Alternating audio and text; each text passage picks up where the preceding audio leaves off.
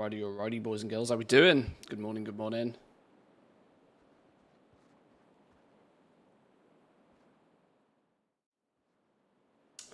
We're in Remix, would you believe it?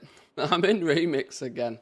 I've set myself a little target. I don't know if this is smart. I don't know if this is clever. But I would like to get myself another level 70 in Remix. At least a couple per week. In the run-up, I'm getting very busy with the War Within and beta testing and all of this sort of stuff. So I've put Remix down completely. But an opportunity like we currently have with leveling alts in Remix doesn't turn up. Ooh, what's going on? Where's my screen gone? Why is my screen gone blank? God, graphics card, don't die on me. But yeah, I kind of want to get another few level 70s. I started playing this dude last night. Got him a few levels. He's actually now ready to go into Heart of Fear. The first thing I need to do is a raid, believe it or not. Pre-made groups, raids. I'll just find a group this time. We're going to go, wow, is that literally all of the raids? Wow, dead game. Okay, dead game.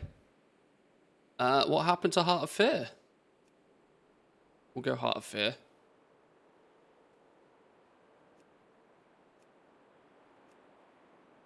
Go up into the two that claimed... Oh, no, that's Heroic. We're not doing Heroic. Wow. 476 lead, Heroic. Come on, let me in. That, or we just do Mogu.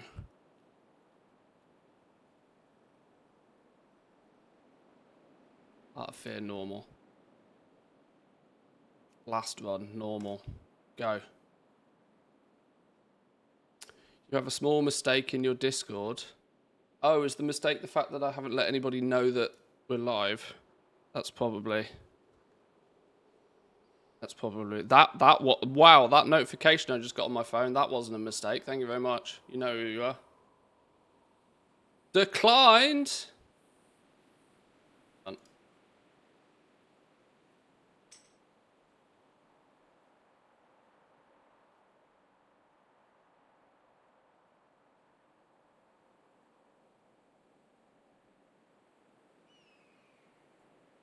Oh, you've got it looking all funny. Got some weird, funny looking Discord icons.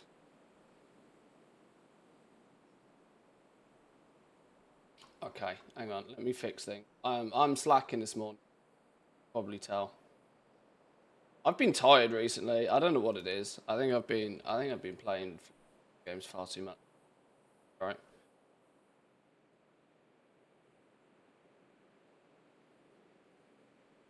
Quick little remix run.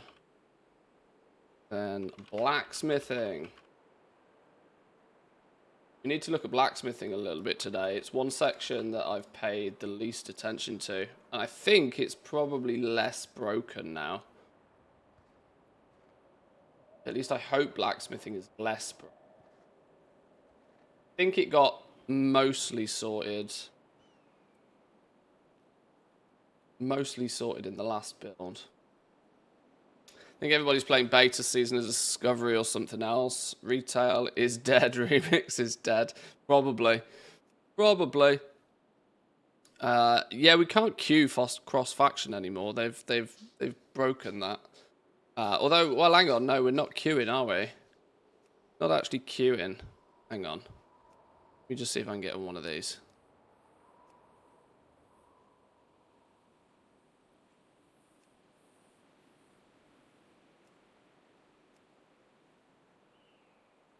Either that will do. Oh, there we go. We're in. Normal mode, 10. That'll do. We're in a group. We're fine. Where in the world is Heart of Fear? Brain. Brain do brain things. It's miles away over this way, isn't it? Oh my god. I'm not dragon riding. It feels broken. Right, let's fly down there. Found a cool little weak aura for this as well, by the way. That does the whole checking your mailbox thing. I am so surprised, you know, they didn't nerf this. I am so surprised. I had money on them nerfing this.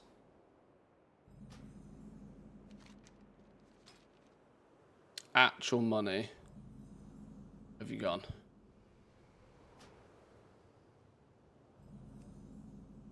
I can't because it says you're not logged in. I'd suggest you to the group, but it says you're not logged in.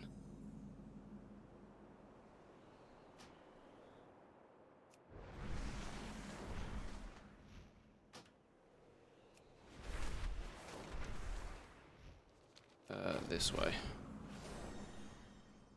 What did you think would get nerfed? The fact that the tokens go to your mailbox if you don't pick them up. I was somewhat convinced they'd just break that.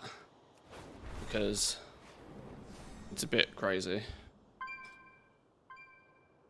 Go. There we go.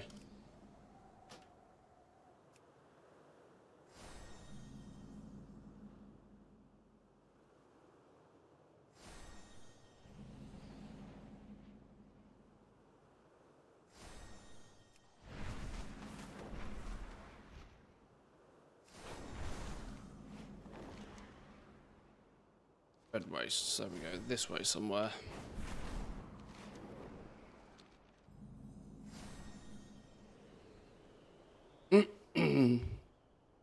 Crazy to get tunes from 10 to 70 and then out. Yeah, when pre-patch lands as well, once we've got pre-patch and the level scaling kicks in, oh my god, it's gonna actually be ridiculous.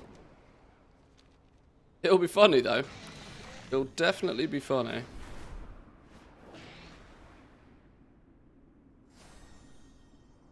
On Discord, the Goblin Gold Guide has a texture bug. It's not displaying what the icon is before the word Goblin.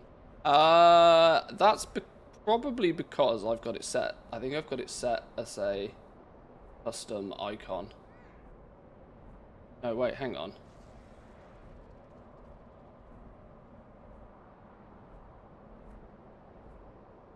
Oh, that's just a little dollar sign.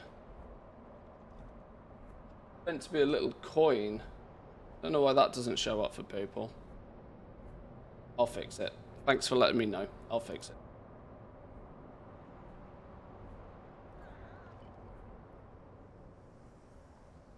Right.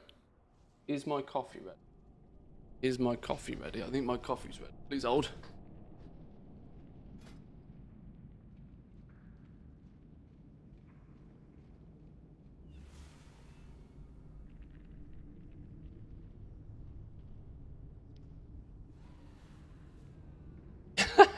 full stack gems. I genuinely don't need them. I thank you, but I genuinely don't need them. I'll be second this dude dings level 70, he'll be turned off and never touched again until the war within. But thank you very much.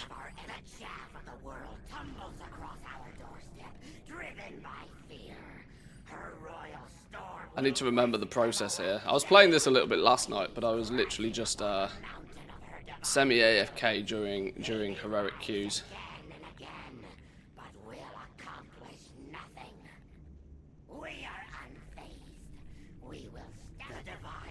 If I can, I'm actually going to be, whilst it doesn't claim it to be here, I'm actually quite close to dinging 70 on this dude. It's not going to take too long.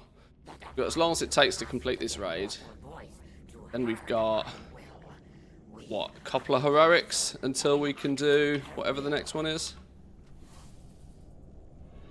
I can't remember the name. Terrace of Endless Springs, that's the one. Yeah, there's a full-on weak aura for the leveling thing now, which meant I've got rid of most of my other weak auras. It's not needed.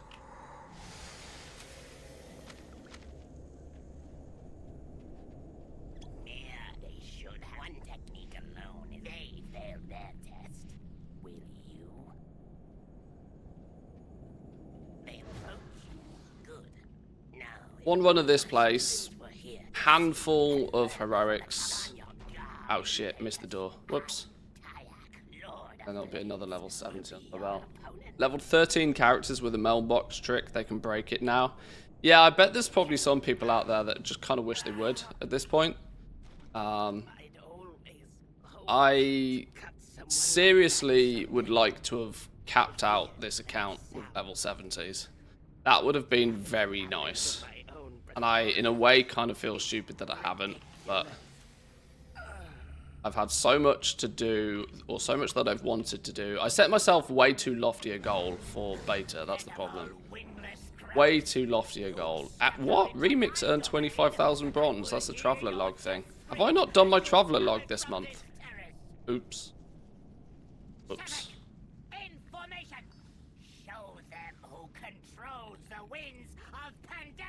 Yeah, trying to get the Goblin Guide to the War Within up and running was more time consuming than I assumed it to be. You want some alliance characters? Yeah, I'm thinking I should probably spread the love a little bit. I don't actually know how many characters I've got on my main account now. I'm thinking that I mean, I've got a lot of level 60s already on my account. And I'm not really willing to delete level 60s to make brand new 70s. But the weird thing is it will probably take me longer to level a 60 up to 70 than it would to make a 10 to 17 remix. Which is a weird situation to be in. Stuck in a bug's butt. Get me out.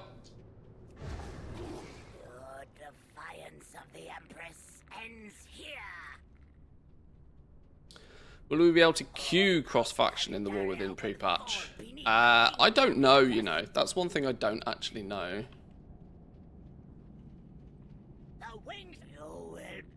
I'm not sure. What we will get to do in the pre-patch, though, is we will get to set the guild up. That's fun. Pre-patch is a week away. It's crazy to think that, you know. Pre-patch is literally a week away. It all starts to turn up nice and fast now.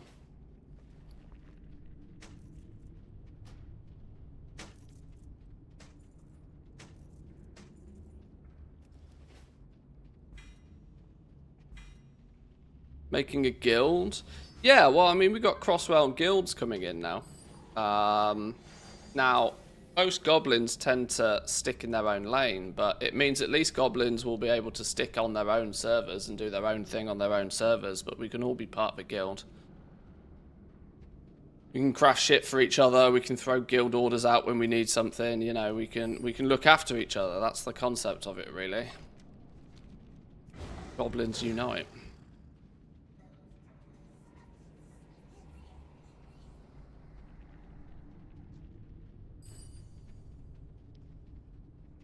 Make Azeroth Goblin again. We can do it. Pre-patch. Year pre-patch. This year's pre-patch is almost a birthday present for me. It's a nice birthday present, I suppose. I have the launch of Season 1, The War Within, as my birthday present this year. My birthday's in September.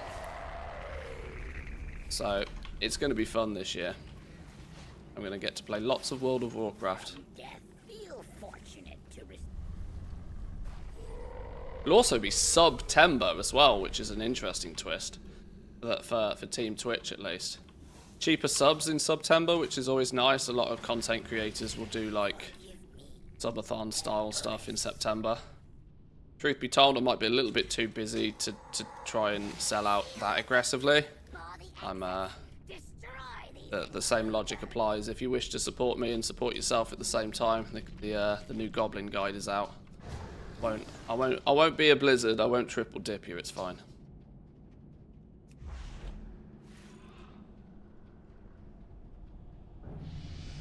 Ah, ding 37. Getting there. No hot tub streams. I know. I should. Get my boobs out for summer. Do a hot tub stream.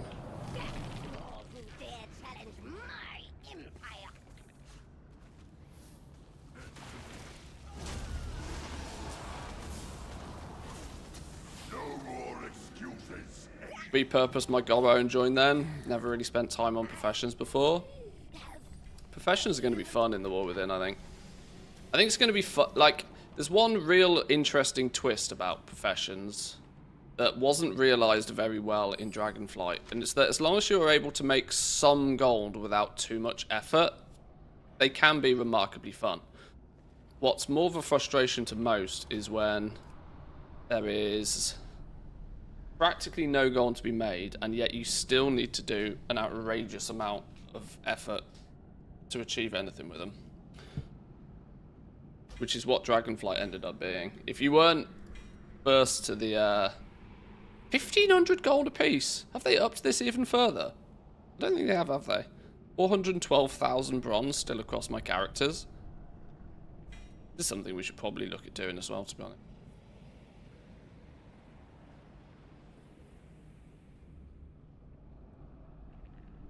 And I need to do a bit of a bronze clean out, buyout. You know, actually quote unquote finish things. Right, we need 3 levels. Couple of heroics then, I guess. Couple of heroics. A couple of heroics. A Heart of Fear. I could just do Mogul normal again. Maybe just doing Mogul normal again will be more than enough, right? Not to mention that will jack up my experience here like tenfold. Yeah, maybe I'll just do Mogu again. Find a group. Will I just set a group up for this? Why am I Mogashon Vaults, normal.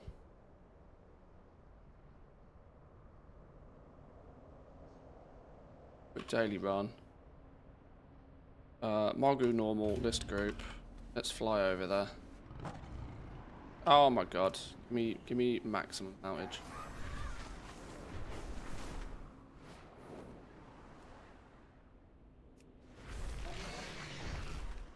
Let's 476. I'll get people in here nice and quick, won't it? That'll get people in nice and quick. I appreciate you sacrificing your normal runs for the day, by the way. I'm quite sure you're done with Remix by this point. Still need like 500k bronze for all the transmogs, but that's pretty much just 5 new alts at level 70. Yeah, this is it.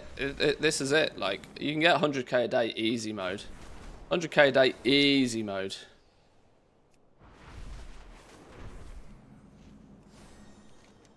If you level a character, that's a couple of hours, that's like 60, 70k bronze, and then do, you know, a handful of the raids on heroic on a main 476 character, job done.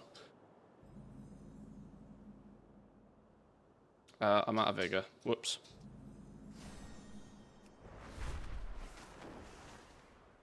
Now, if only they'd add an arsenal for the weapon transmogs. Yeah, I think a lot of people feel the same. I think a lot of people would at this point would appreciate just let's get it done. I wonder if part of Blizzard though is wondering whether they kind of don't give people that flexibility to just get it done because they're going to bring it back again at another point.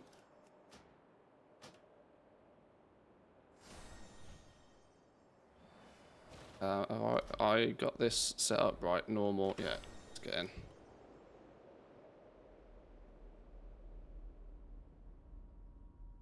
I've probably got the summon things. Where's the summon ones look like? Summoning one. Oh, there's one down here.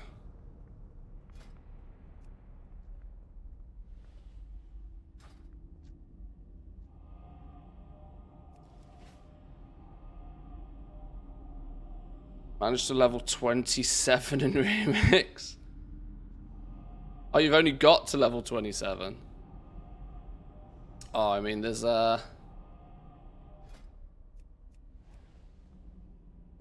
so many reasons, especially as a goblin, to get it done.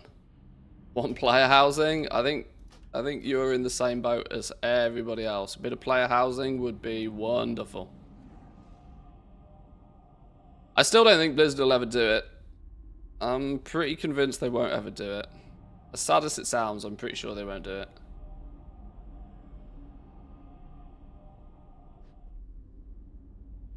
If I sub to the Golden Goblin rank, is it just for 1 month or permanent access, or only for during the subscription? Well, it's a Google Doc, so once you've got the link, you've got the link, basically. Unless for any foreseen circumstances I need to change the link via maybe unscrupulous people sharing it when they shouldn't. I have no reason to change the link, so...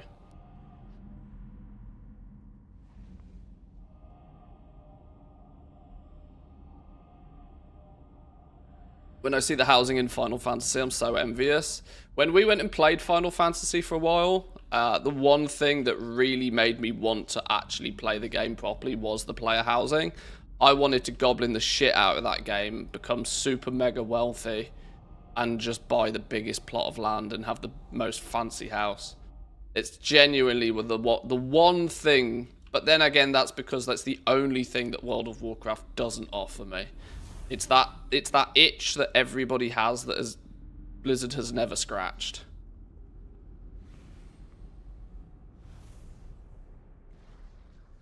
And if they were to do the reason I think that they won't ever do anything is because if they were to do something, it would never meet expectations. That's the only problem.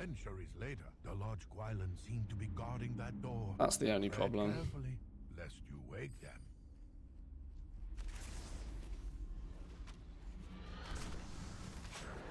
I ain't got no gems, I've not got no tinkers, I've literally not done anything on this dude. I've been super slack. To be fair, like I said, I leveled this dude mostly via just AFK watching YouTube videos yesterday. So this dude's going to be weak sauce by the time he actually dings level 70. There's part of me that thinks I should probably on every level 70 at least get them like 346 gear. Just so whatever the conversion ends up being. I really wish Blizzard had come out and tell us how they're going to do the conversions for remix characters. Actually, you know, they don't need to go to too much detail. They just need, you know, simple things. Is it going to be based on item level or is it going to be based on character level?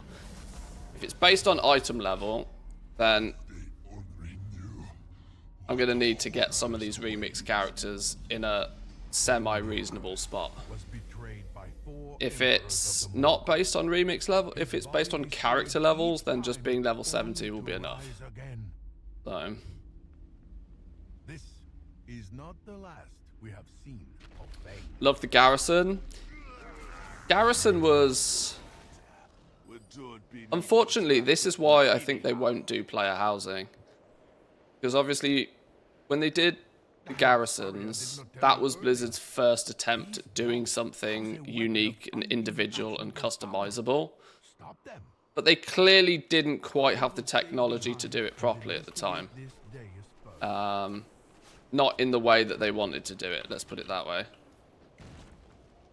And it, you know, it wasn't really the player housing solution that people sort of labeled it as. Although, to be fair, I'm not really sure Blizzard even ever muttered the word player housing. It was just the community-driven perception of the place. That, oh, well, this is a unique area that I can customize, e.g. player housing then. Yeah, but no. Yeah, but no. It'd be dying time now. Warlords of Draenor was such an odd expansion. Some good raids in WoD, though. Good raids in Warlords of Draenor. Just didn't have the legs eventually, did it? Tanan Jungle for a year. Dear Lord. The irony is I still never bothered to complete Tanan Jungle. Not from an All the Things perspective.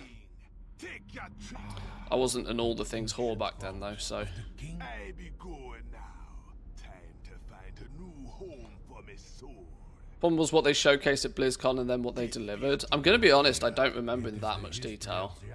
I was not involved in content creation during Warlords of Draenor in any way. Well, that's a lie. I had my YouTube channel, but I maybe posted one video a month.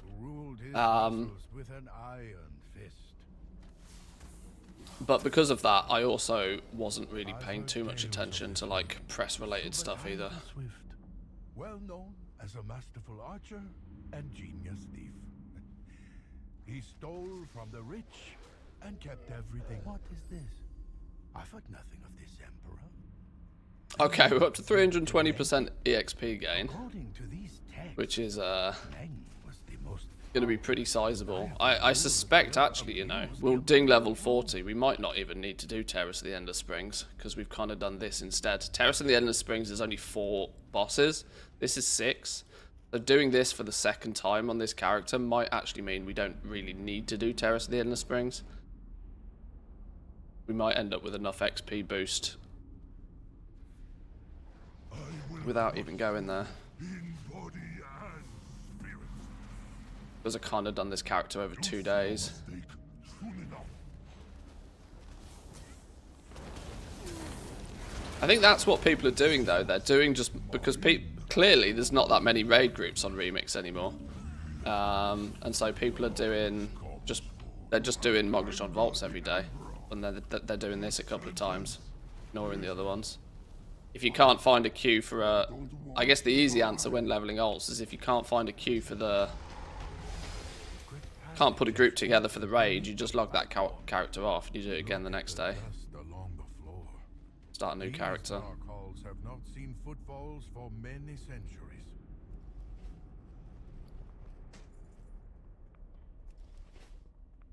I hear a faint humming.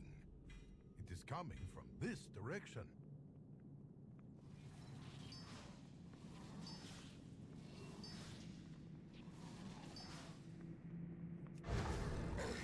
Left behind.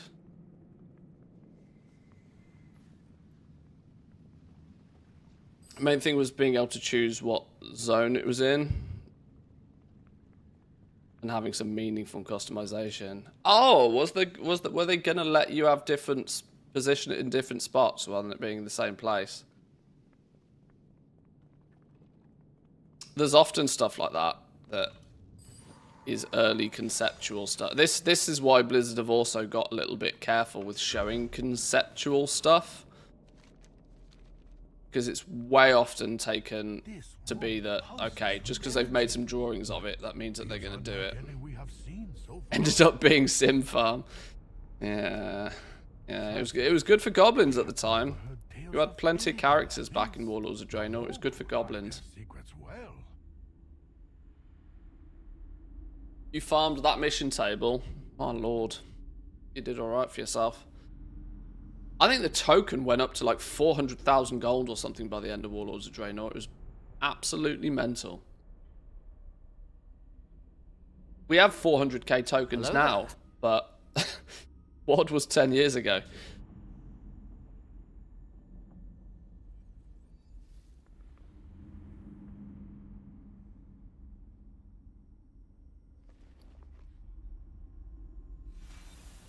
This seems to be a terminal controlling the device. Let's see here. All of the goodies to press. Yeah, I need to burn some gear out of inventory space.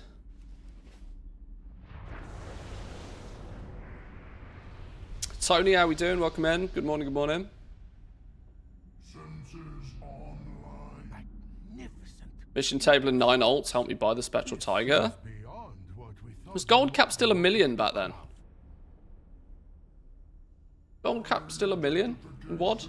No, it wasn't. It'd gone up by then, hadn't it? Was it 10 mil? No, it can't have been 10 mil in WAD. It wasn't 10 mil till Legion, I think.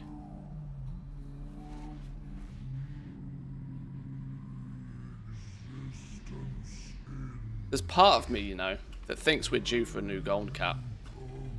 Our war bank can stack up to 100 mil in it now. The mogul's power weakens. Which is, in theory, gold capped on 10 characters. Which will be the new target. That will be the new target, you know.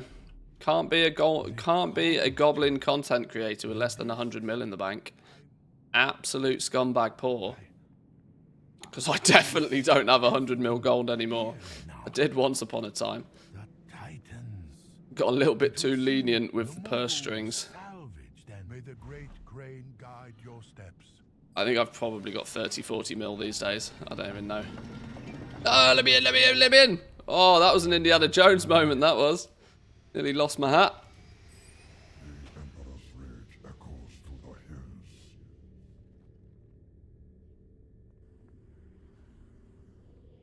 What's the story behind my first million?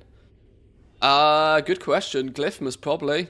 No, actually. Emperor's strength grips this land. Actually, I had been gold capped in every expansion since TBC, so I must have had maximum gold in Wrath of the Lich King when it was still 214,000.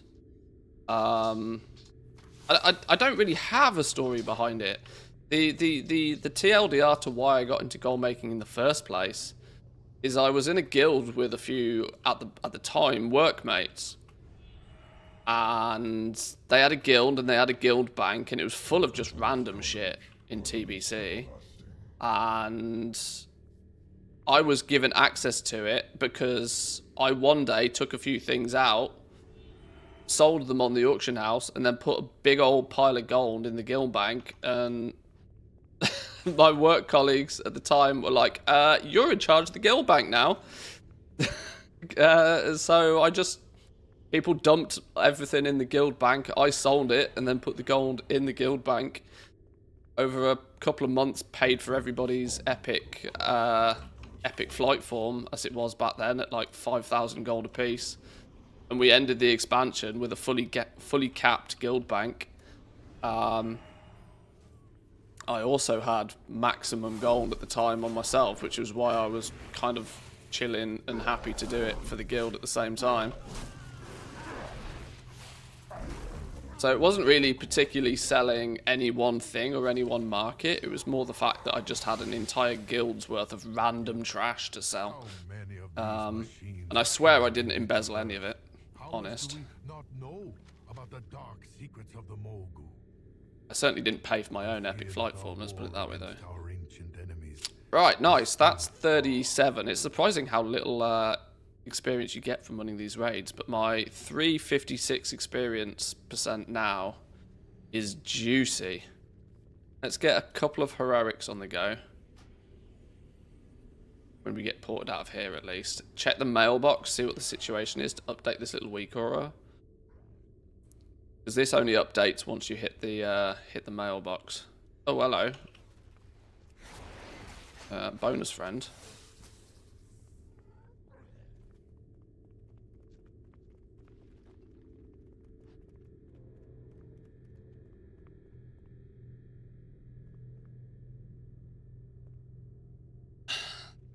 No, it had gone up. The bot has worked out the keygen string for the Spectral Tigers.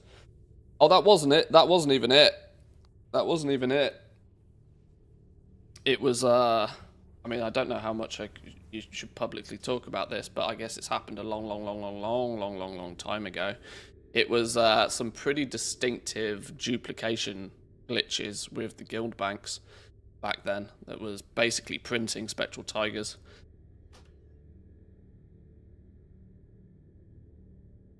It was slightly problematic back then, but it did mean you could get the damn thing real cheap.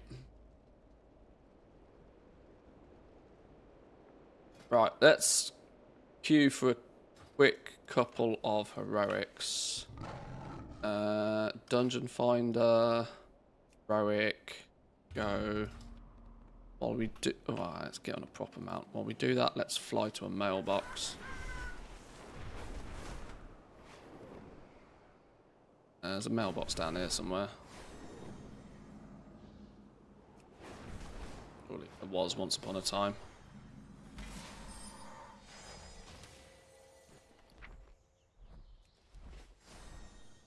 Uh, 18 raid tokens, 48 heroic XP tokens. We're only short 500,000 XP, so a couple of heroics should get it done. And that's really my only option as it stands right now anyway.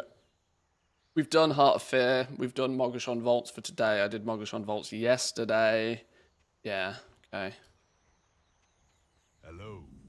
We wait for a couple of heroics, I guess, then. What do we got? 2 minutes on the queue? Easy business. Easy business. I didn't plan for this to be too much of the stream this morning. I want to go and have a poke around with blacksmithing. So I sense that it's in a better position than it once was. My guide is looking pretty weak source for blacksmithing, which is partly the reason.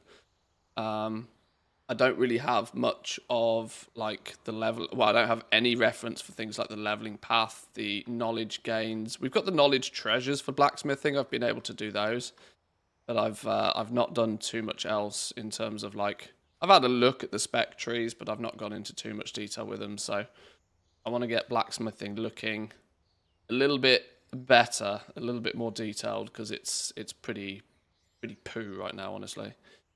That's actually my main goal for today, to get the blacksmithing guide sorted. There we go. Get in. I've not tested this little weak aura actually to see if it does what it says it should. I'm really hoping it actually does. My gold caps were purely from alchemy till about Legion. Yeah, that's not too much of a surprise. You could do some magical things with alchemy back then. That was kind of the that was the heyday of alchemy. That was when alchemy was at. But the funny thing, more than anything for me, is that that's kind of when gold making was as simple as put things on the auction house. You put things on the auction house, you'll do alright.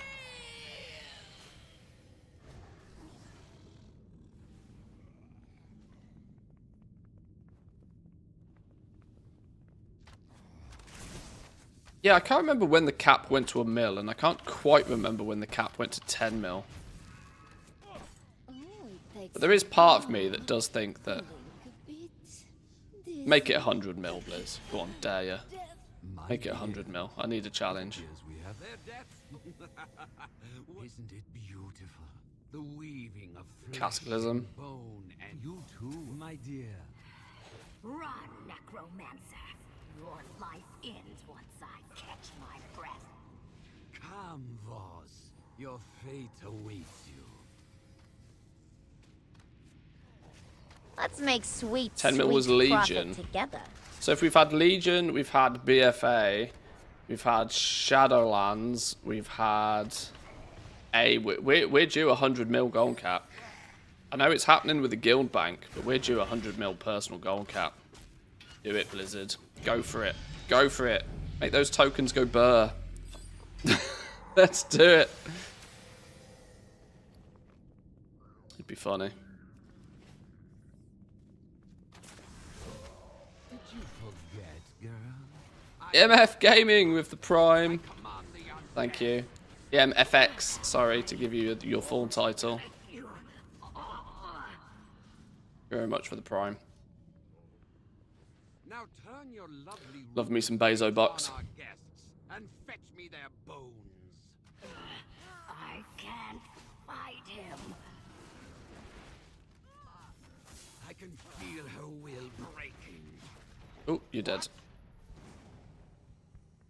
Die, necromancer! The bones. I'm having 500k in Kata and then 2 caps in WAD. Leave me to die alone. Yeah, that's that. The problem is I really wish I did more to like. Well, I'm going to be honest. I didn't really suspect to get into content creation quite so heavily. I certainly never intended it to be my full-time gig. But I wish I'd kind of got like screenshots from way back in the day of all the characters from all the expansions with Golden Cap. Make for a good, you know, thumbnail one day. Oh, what shit? Are we done already? Okay, sure. Okay.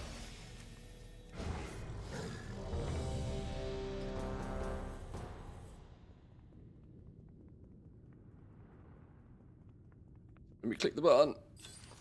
Okay. Got the threads. Oh, hello there.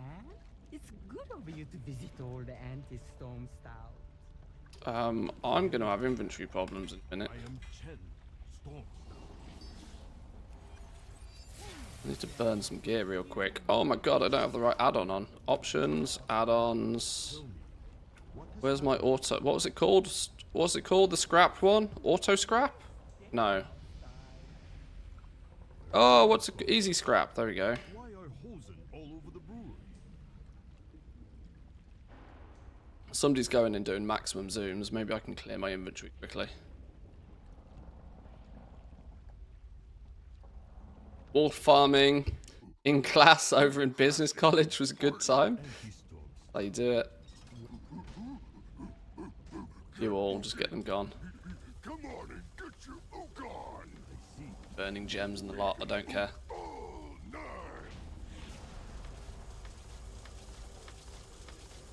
There is no time for cooking. Well, Also, I don't get kicked from the group. Getting kicked right now would be painful, actually.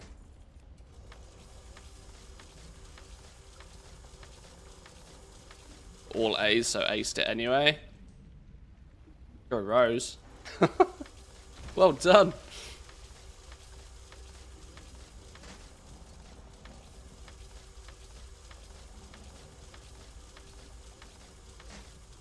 wait. Oh, this add-on, so good. He's filling it all.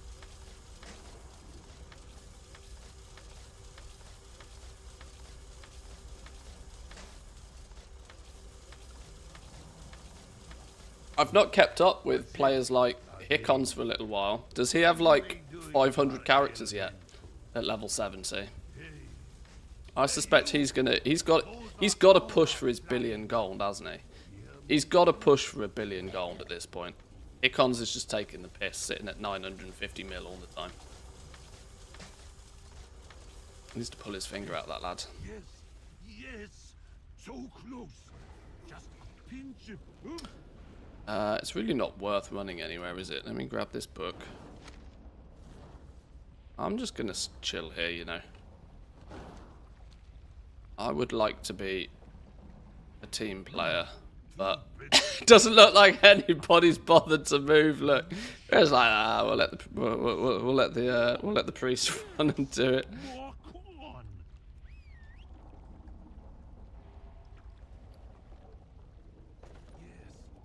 K-Chak disappear?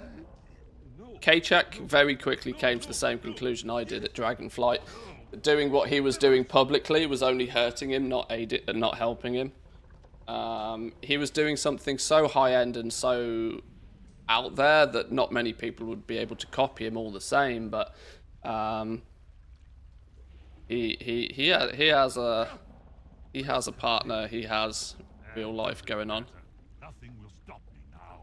Not would I... Believe it or not, I think K-Chak has probably spent a good percentage of his gold wasting it on on Rumble. Quite funny. Last time I checked in with him, he had like a fully maxed out Rumble account. Doing whale business in a mobile game is which for all paid for with WoW gold is quite impressive.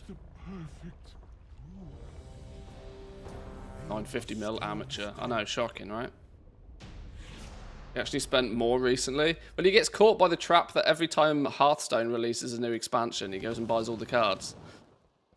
But then again, this is, you know, at the end of the day, it's one of the reasons why if you make so much gold, you make ludicrous amounts of gold in the game, you might as well spend it. It doesn't matter if it just, there's no point having it all sat there. New Hearthstone expansion comes out and you want all of the cards, then go at it. You do you. Do not run. It only spring to life. Come Most runs have at least one character at the start right now. Oh, I suspect, yeah.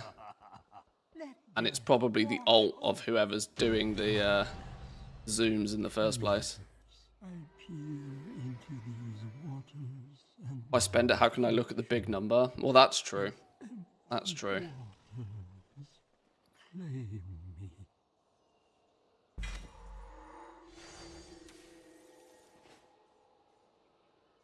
Right, it's kind of nice that this this holy priest is just doing holy priest things, but I'm kind of thinking that we might have enough tokens to ding 70 at this point. Your forces are I don't think I need to do any more than this, really.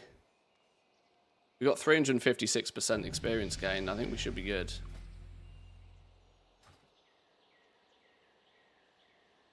We're level 42, which is usually about where we need to be.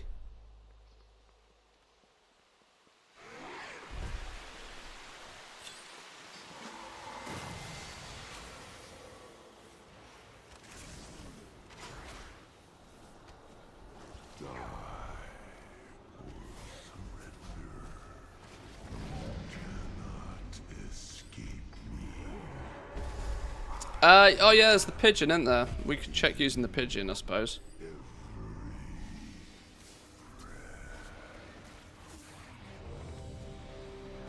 I mean, if he's gonna blast us, we'll stand at the dungeon entrance of the next one and use pigeon.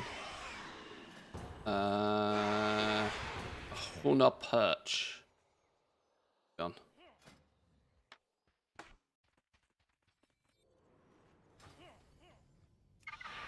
Pigeon real quick.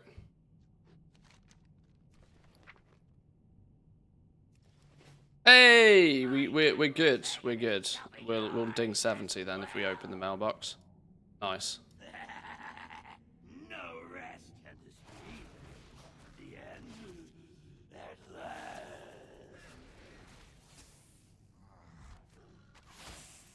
Should we just do it? Should we ding 70 in the dungeon? Ding 70 in the dungeon. Well, I'm trusting. I'm trusting that this isn't going to lie to me. Like a piece of iron.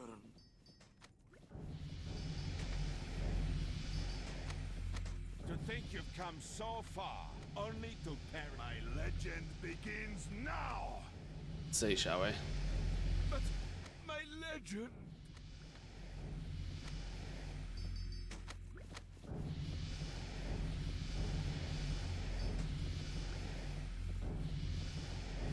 Boom! Level 70. Loads to spare. Nice! Another one. What do we get in here? The time one is idle. Can't carry any more of those.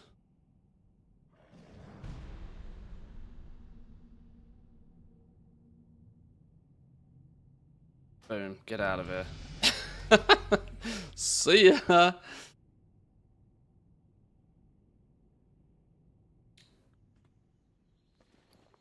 Well, that was fun.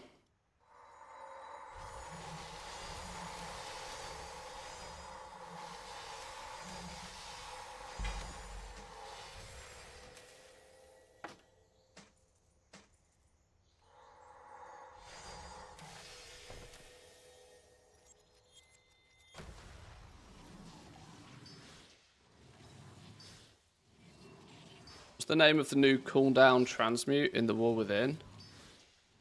It's not as simple as that. It's not as straightforward as that. Well, Blasphemite is the name of the gem. But it's not quite as simple as just you log in, press one button. It's a system known as thaumaturgy, which we'll go into great detail with closer to the launch. But just understand for now that it's a little bit more than just log in, press a button. It's a whole side of alchemy that alchemists can choose to spec into and get better at. This does mean that you might need to put more time and effort into your alchemy alts, potentially.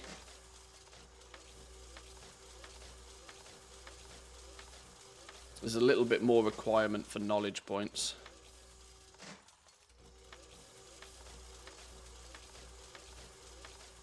Right, that's everything scrapped. This dude can, for the most part... Do I not even have a Hearthstone in my bags? Wow, that's funny. Log him off here, I suppose.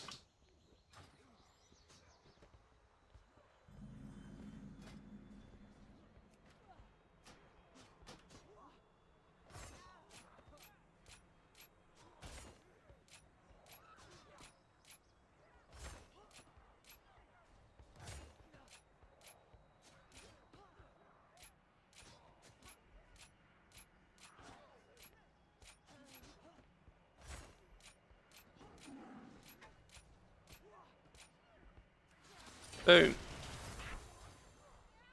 That there. Let's make sure all the other buttons are roughly in the right place. It means when we log this character on next time, our buttons should be roughly where they need to be.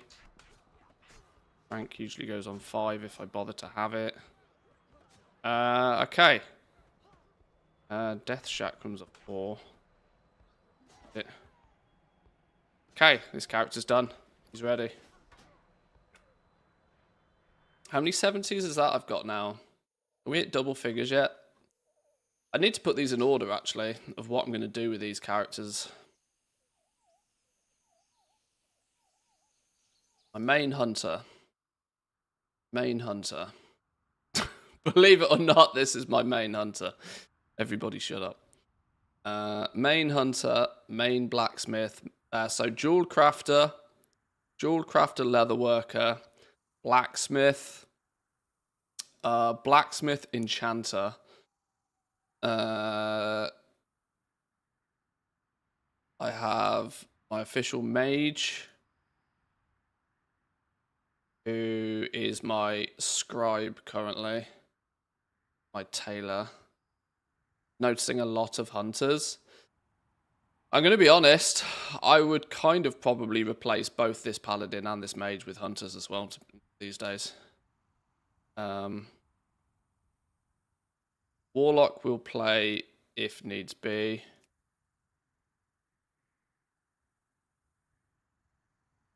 Low priority. There's a couple of lower characters here that I'd do summon with. I'm just trying to think about what my leveling path is going to be for all of these dudes. Dairy Leah, although you are a druid and I don't care for druids all that much, is technically my herb miner. But I might swap that out for another hunter, just because I really don't like playing. I really don't like playing on druids. 1, 2, 3, 4, 5, 6, 7, 8, 9, 10, 11, 12, 13, 14, 15, 16. 16 level 70s here now. 20 is a nice round number, isn't it? 20 is a nice round number. That's on Draenor, though. I've got other characters on other places. I need to decide what I'm doing with all of these other characters. I've still got 14 characters over on Sylvanas that are just doing absolutely nothing. They haven't been touched in the entirety of. Well, you can see some of these haven't been touched for a long time.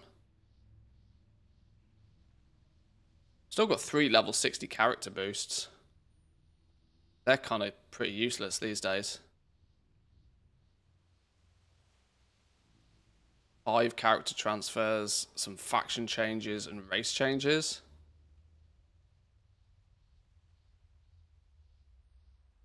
All of that's just kind of going to waste a little bit. Anyway, let's go jump onto beta. Do they want to be touched? They would like to feel the warm embrace of another one of their kind. Yeah, this is probably my leveling path, I reckon. And slowly but surely we'll get them all to 80. Still worth it to look into remix leveling if you've done nothing till today. Oh yeah, you can get a level 70 in like 2 to 3 hours. There are players out there that are getting like multiple level 70s every day and are just continuously doing it and are filling up their account with max level characters. Or max level by today's standards, at least.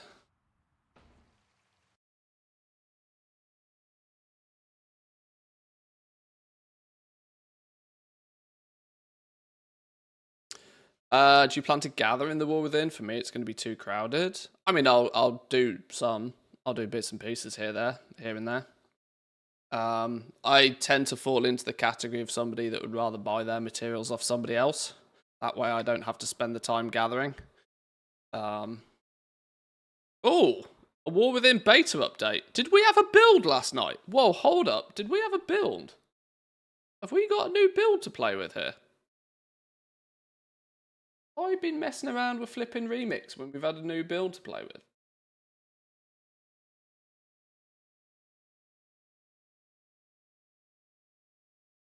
No. Why was that doing an update then?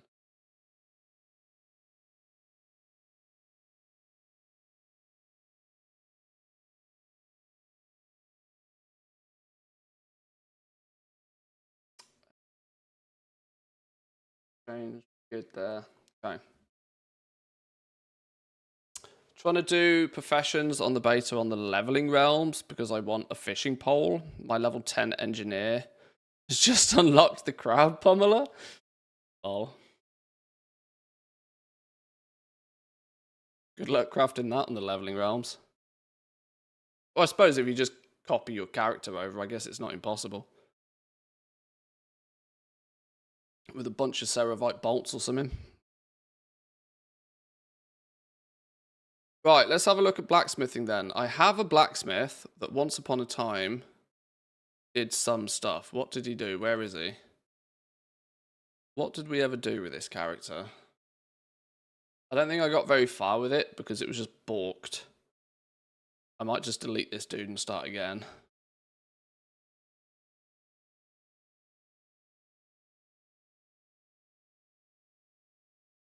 Maybe I'd used it to... Oh yeah, we clearly hadn't done much on this dude then. Okay.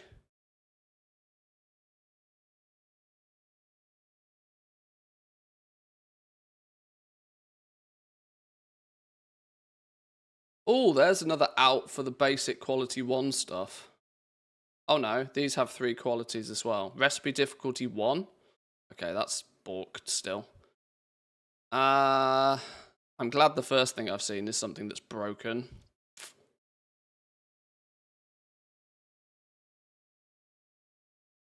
Is the repair hammer still broken? The repair hammer's still broken. Okay. Blacksmithing is still not unbroken.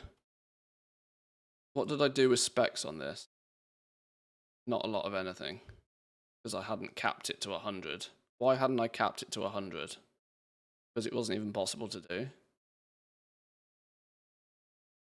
Okay, we'll just delete this tune. We'll delete this tune and start again on blacksmithing. Fishing's been broken as well now for 2 builds. Yeah, I was kind of hoping they'd have got some of the professions out of the just being broken mode by this point, if to be honest.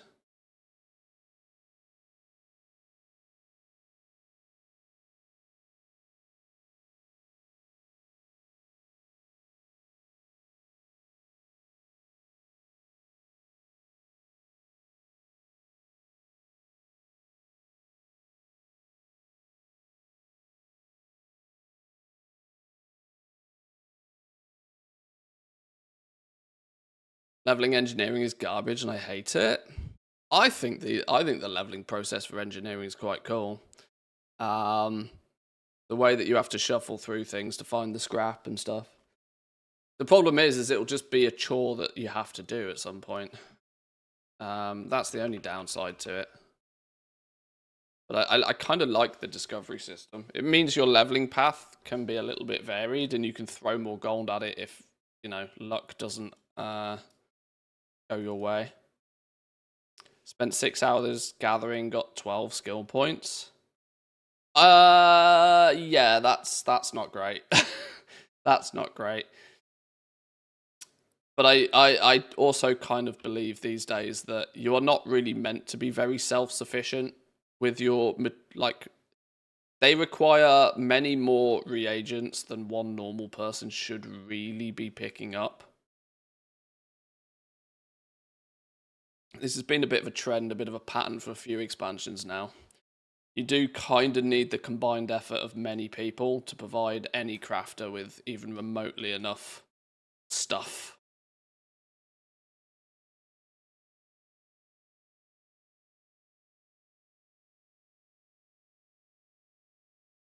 But let's have a little bit of a poke around and a look at what the leveling path looks like for this. We grab... Aha! There still isn't any of the recipes with blacksmithing. This might mean leveling it to 100 is not as straightforward as we'd like it to be. Let me then grab the blacksmithing bag.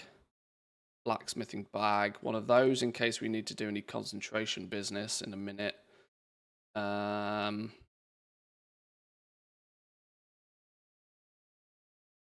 We'll grab a army knife. Like 1,000 of this stuff.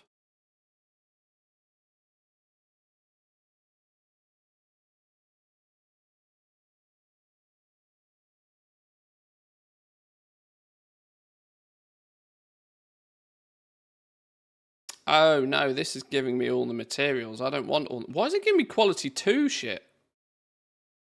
That's an odd thing for the game to do. You give me quality 1 and quality 2 things in this reagent bag. I don't want those. I've decided I don't want those. We're going to do this another way. That's useful for once you're messing around with endgame stuff. We'll take some ore.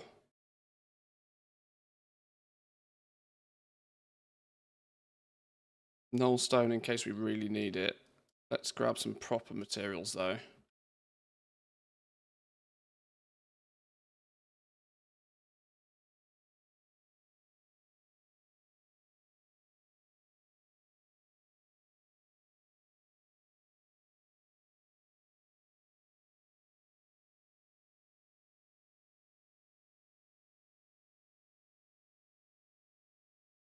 We'll make the alloys when we need them, because it'll give us an indication of exactly what materials we actually need to do any of this.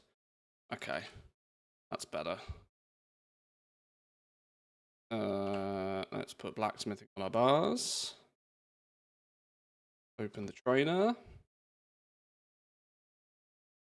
Blacksmithing. These days you're either a crafter or a gatherer, you can't really do both. You can't do both if you want to be... The thing is you can't do both if you want to be competitive in either. This is the thing, right? If you want to be a gatherer, because of the way the knowledge point system works now, is you want to just be a consistent gatherer and stay ahead of the curve. And it's the same with crafting. This is why I kind of have this mixed emotions with gathering. Because it's nice that it has more of a progression path. But at the same time, what gathering was always really nice for was those players who didn't want a progression path, right? They wanted to log on for an hour or two, maybe in between dungeon queues or after raid or something, fly around for an hour or two, casually pick up some stuff without any pre-planning, without any need for profession tools and finesse here and deftness there. And they just wanted to pick up some stuff and put it on the auction house and get a reasonable amount, which you can't so much do with gathering now. Gathering is now way more like an actual crafting profession. You got to put consistent time and effort into it, and there isn't really that same option for people who just wanted to do, should we say, casual goal making on the side. They're resorting to now having to do like dragon races and even more dull, boring stuff, which is a bit of a shame in my opinion. Kind of why I still think, and I'm still an advocate for this, I still think they should make gathering baseline. Like cooking, like first aid, they should have baseline profession skills. You fly past an ore node, you can whack it with a hammer. You fly past a herb, you pick it up. I think everybody should be able to do that. If you want to spec into herbalism, if you want to spec into mining, to specialize and be good at a certain aspect of it, you can choose to do that as a main profession as well. I think everybody should be able to do basic gathering.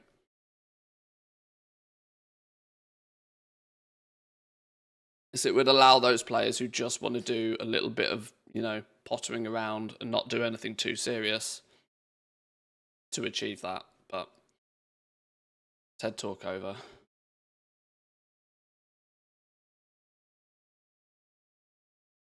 Competitive crafter can never gather all the materials they need themselves. Oh yeah, it's just not possible.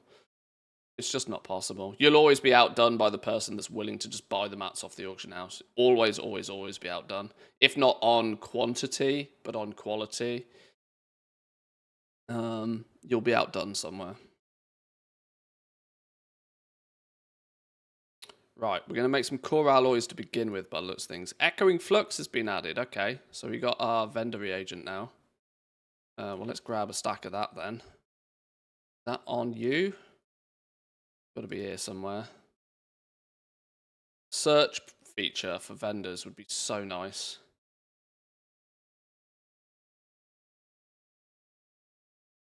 Echoing flux. Wow, 15 gold a piece. Why have you made this so expensive on the Test Realms lizard.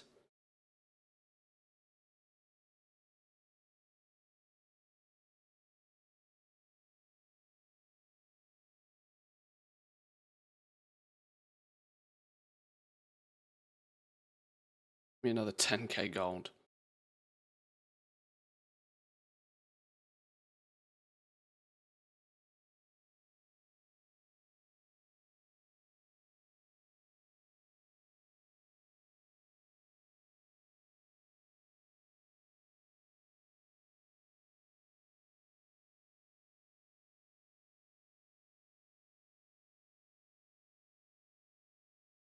And a don't show everything I've already collected filter. Yeah, that would be quite nice, actually. They have that in the auction house where it makes a lot of sense, but vendors also. Right, we start off with some core alloys. I'm going to need to jot some of this down because I have like basically 0 notes for this. Skill 1, 2, 10. Presumably, I presume 10. Whoa, whoa, whoa, whoa, whoa. Use quality 1. We're not rich. Jesus. Not pushing the boat out.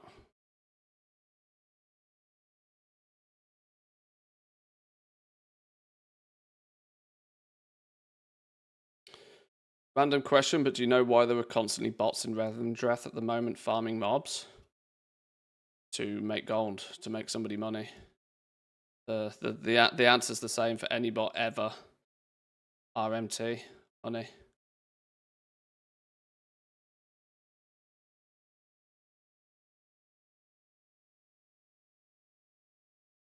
There's probably some raw gold farm that's lucrative or something. If in doubt, it's money.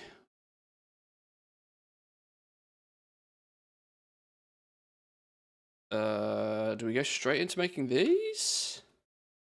Bismuth and core alloy? I guess we're going to be using a lot of core alloys anyway. By the looks of things, if we're going to be making gear. The repair hammer, whilst it gives us a chance at skill points. Whoa, 10 bismuth, 2 iron claw. Okay, that seems over the top. Maybe we continue making.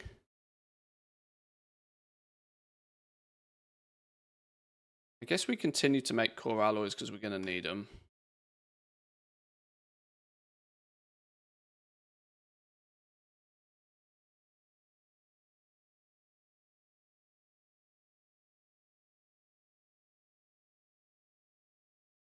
And if we get to 10, plus 2 skill points is a nice round number.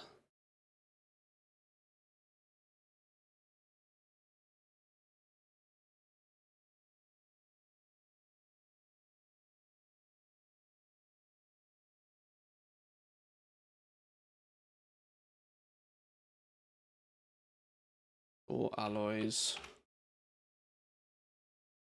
Need these data. Skill 10 to probably 15, maybe 20. Bridge of breastplates. Single bismuth, a single core alloy. That doesn't feel very balanced yet, does it? Doesn't seem very balanced, but I guess we go with it.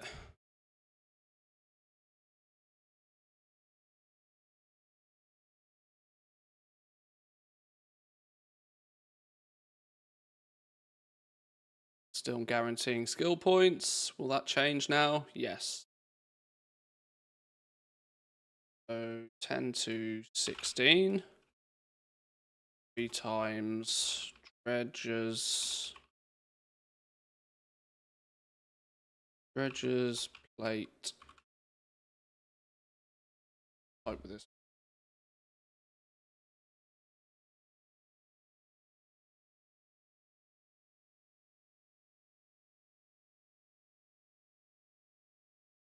Van braces next, or iron claw alloys? We get iron claw alloy and we get charged alloy. I'm usually a fan of making materials whenever you can to gain skill points, because you almost always are going to use those materials anyway. Meaning it's often just a straight up better approach. But if this is easier, Okay, it's difficult to tell right now because these numbers clearly haven't been balanced. Let's just assume we make these then for a while. If we end up needing a bunch of these, we can revisit this step of the process.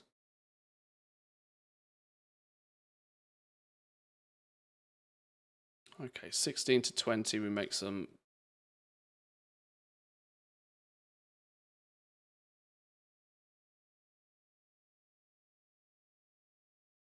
Dredgers, plate, bam braces.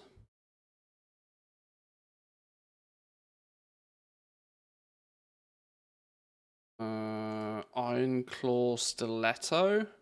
One iron claw or one core alloy. The only thing that's going to guarantee skill points is going to guarantee 2 of them. Yes, yes. Have you seen the card shuffle? Do you think it's going to be changed? Oh, it's absolutely going to be changed. There's no way they're going to allow you to multiply and mass produce Dark Moon cards just by pressing a button. The easy solution is they just put a cooldown on it.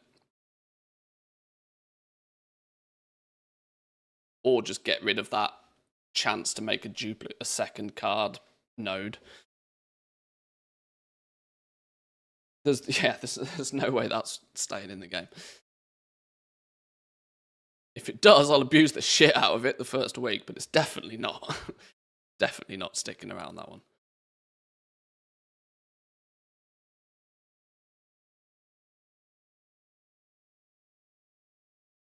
Some Chinese character whispering me in Chinese. Sorry, I no speak de lingo.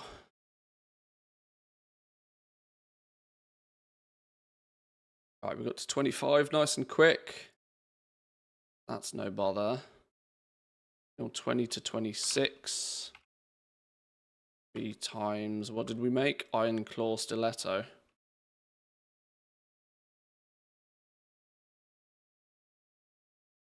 These options might change when they balance the materials needed here, because things like weapons are usually a touch more expensive. A single piece of iron claw ore doesn't really make a lot of sense to me compared to other materials, but sanctified alloy we unlock at this point as well. Echoing flux, profane tinderboxes, core alloys, iron claw alloys, charged alloys. See, this is my point, right? We're going to need some of these at some point anyway.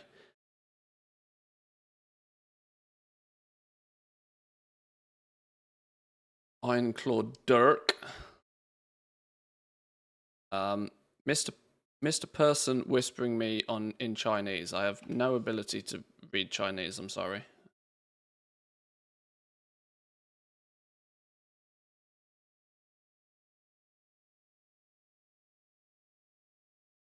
Not a skill IRL I possess. Still 26 to presumably 30. We make the Iron Claw Dirks. Still using the core alloys we made earlier, so making a bunch of those to begin with was still useful.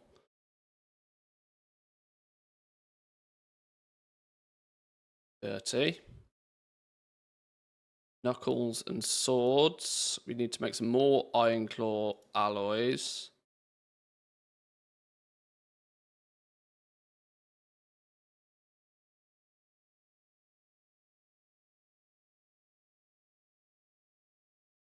Some more core alloys are going to be needed. 26 to 30. 2-time iron or dark.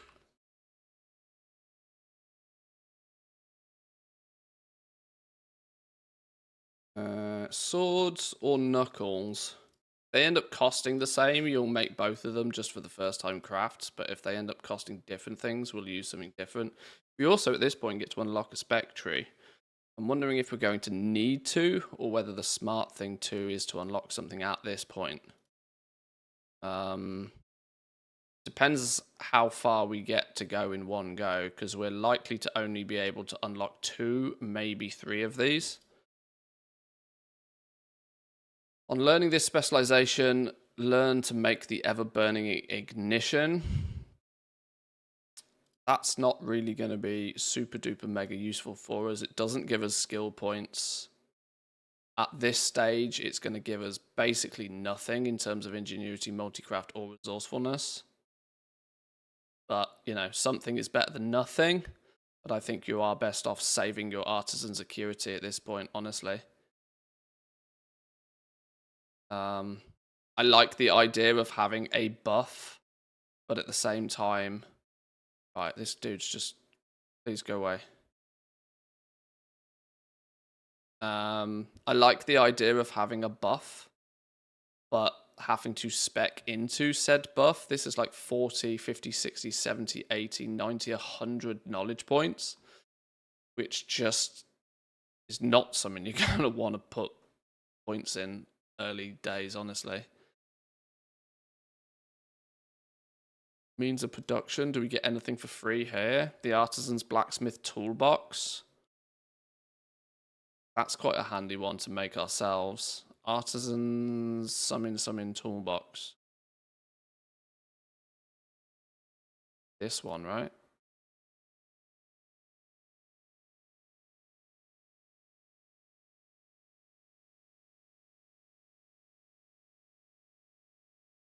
If you have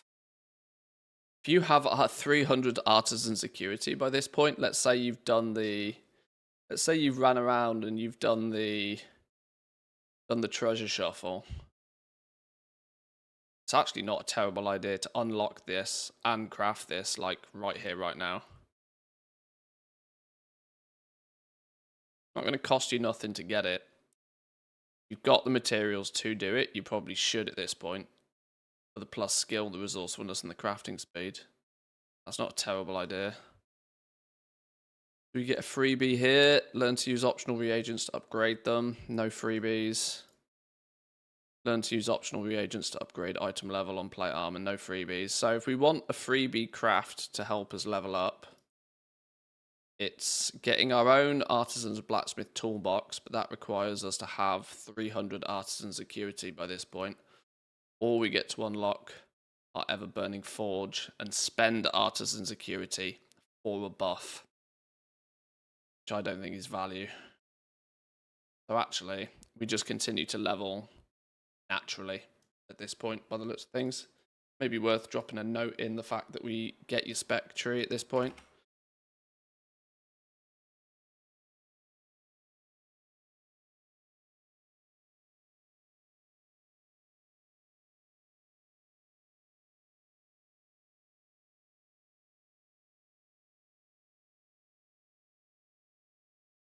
Alright, skill 30 onwards, we're going to make some swords. We need to make some more iron claw or some core alloys.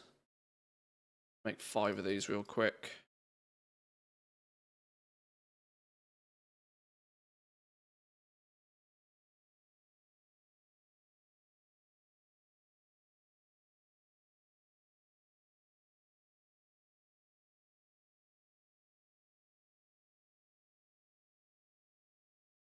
Many goblins have already prepped with Ceravite bolts. That doesn't seem like a wise choice to chase on a casual basis for engineering.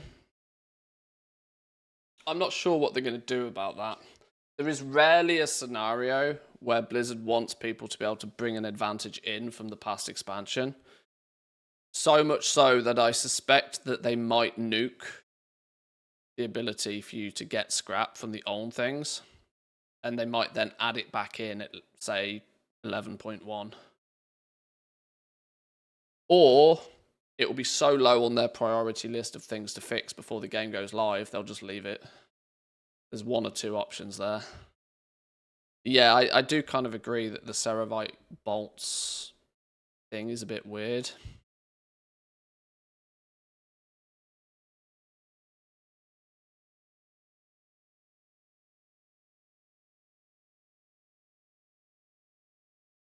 Right, this should get us to 36, presumably. Yep. 30 to 36. 3 times Iron Claw Sword. 36 to presumably 40. We make the axe a few times.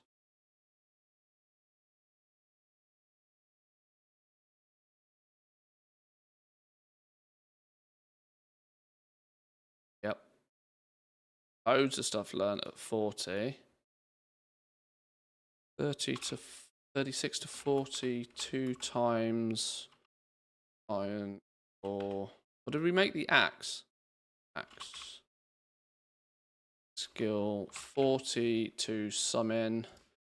Now we get the option of the weapons, the iron claw ore, core alloys, or we get the option for the shield. The shield is clearly going to be cheaper because it uses bismuth rather than iron claw ore. The expectation, but it depends on how they balance these. Let's just make the assumption we make the shield.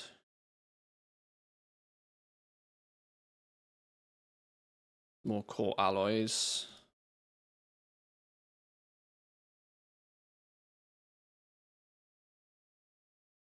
It's not been too bad on material usage so far.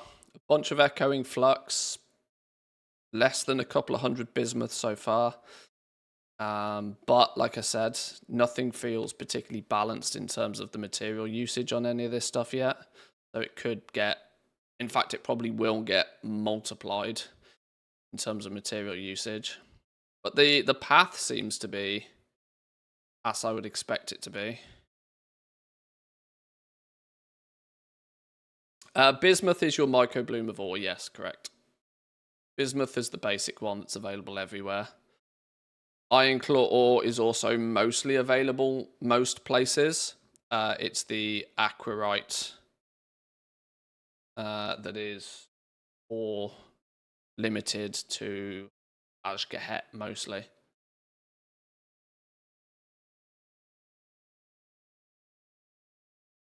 On a 10-minute delay.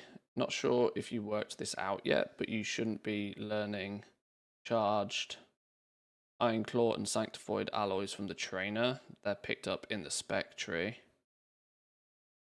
Oh.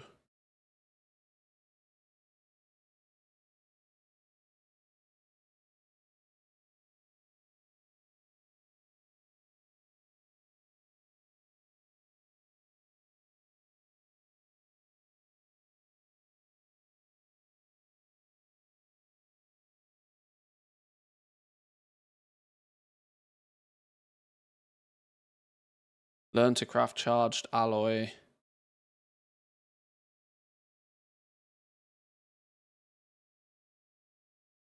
Learn to craft sanctified alloy.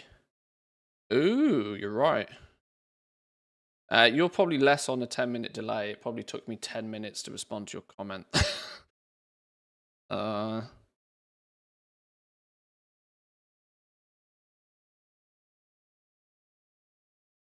Learn to craft the forged framework.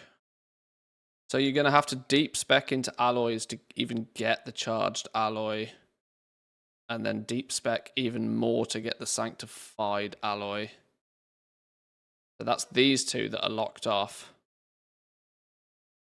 The charged and sanctified are locked off.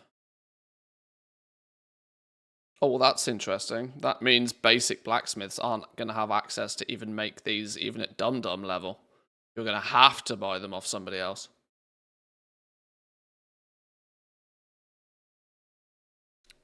That's interesting.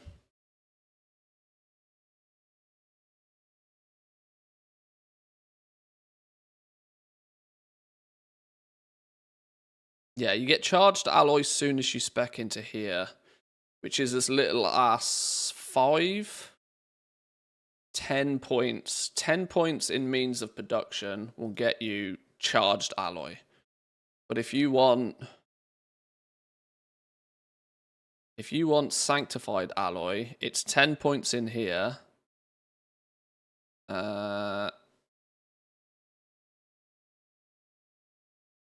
15 points in here. 25. Okay, you got to spend 30 points just to unlock sanctified alloy. That's quite cool. 30 points doesn't sound like a lot, but just to unlock an alloy, that's quite a sizable chunk for the beginning of the game. And even then, you are also unlikely to make them particularly well. Interesting. Okay. I should bear that in mind then when it comes to crafting things for leveling, that I probably shouldn't have access to these. Even though I have the recipes, I probably shouldn't. So try to avoid things that use any of this, which at the moment isn't a problem.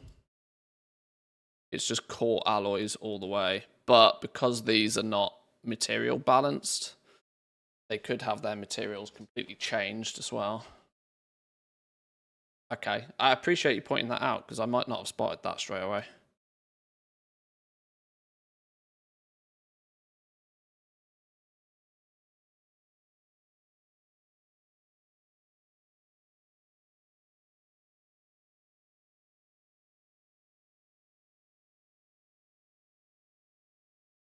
Right, I'm going to assume these 40 up until 45, so 3 shields, I guess.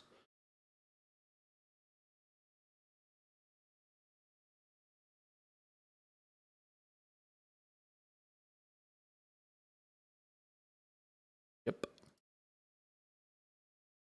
40 to 46. 3 times dredgers.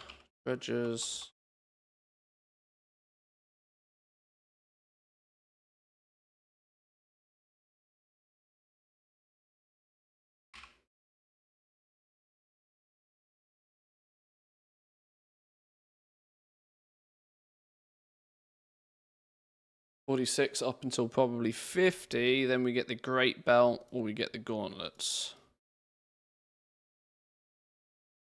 Same difference.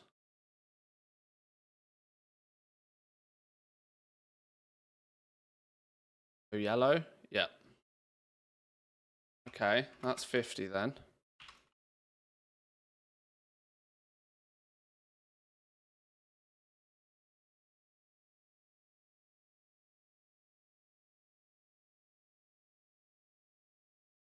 Now this is where it starts to get a bit ropes, because 50 to 100 is always a pain in the ass. You get leg plates. It looks like through spec tree wise we'll get to 70, 75 though. Pretty comfortably.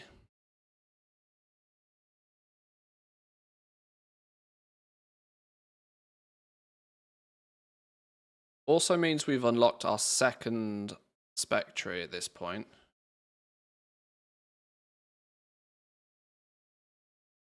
I guess the path for many is going to be if you can get to skill 75, you'll unlock Ever Burning Forge, you'll unlock Means of Production, and then you'll pick either weaponsmithing or armor smithing, depending on the route that you want to go.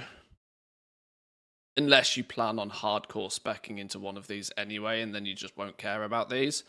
But there's the harsh reality, you might need to at least unlock these and put some points in them to get some recipes for NPC orders and stuff to get those final few points, possibly. But let's see, we seem to still be on path for 75 quite comfortably.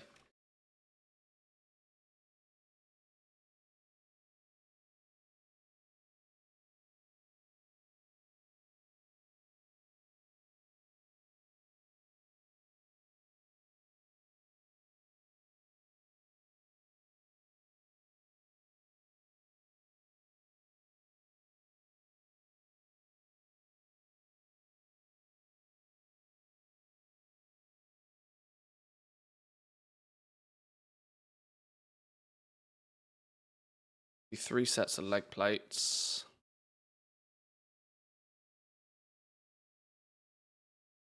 Oh wait, what happened there? That's the game doing stupid things. It does that from time to time. It took me from 52 up to 55 when it claims it shouldn't have done.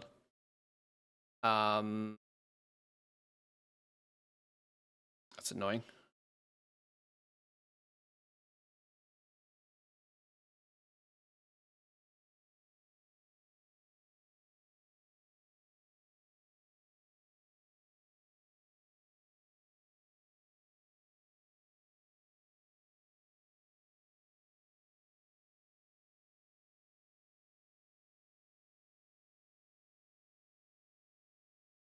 That's not strictly problematic, but does skew with my...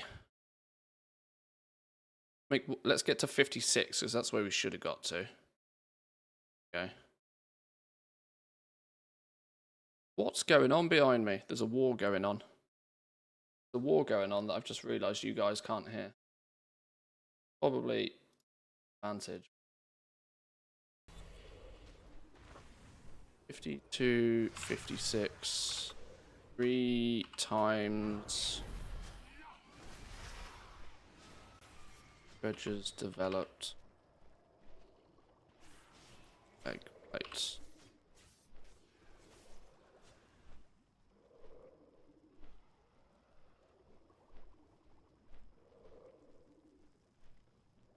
Really hot. Hang on.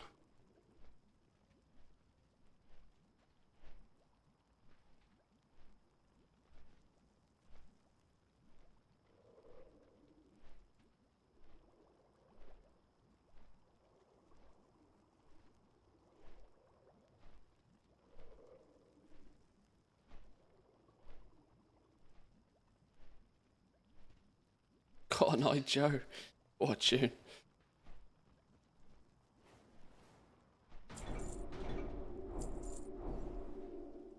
I'm super tempted to go into profession tool crafting on my main blacksmith.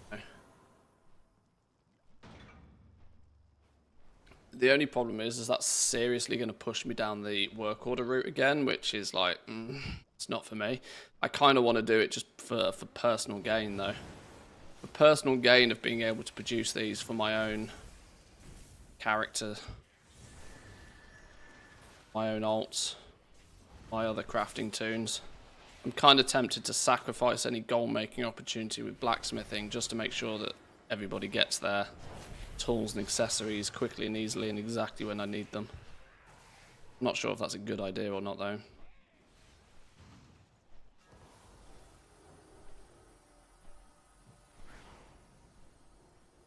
Did it at the start Dragonflight made a gold cap off? Well, yeah, you probably can.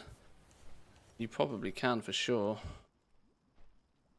I mean, I know for a fact I was willing to pay like 40, 50k gold for people to make my profession tools early on. I was able to make the gold back quite quickly because of having them.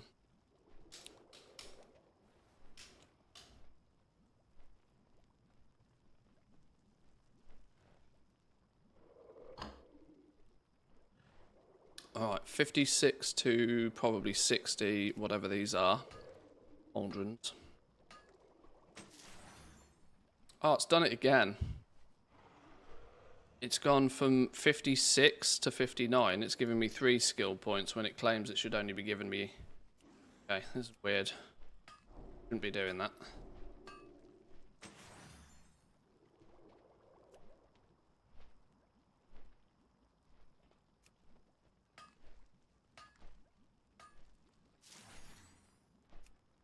Crafting orders are still server-wide. As opposed to what? I mean, they are, yeah.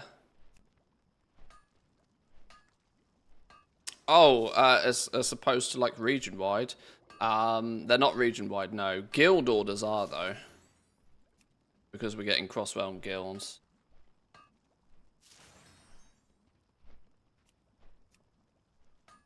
$56 to $60 should be 2 times...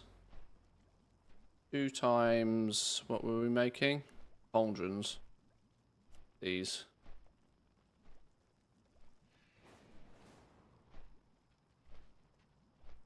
My brain just cannot type out the word dredges for some reason.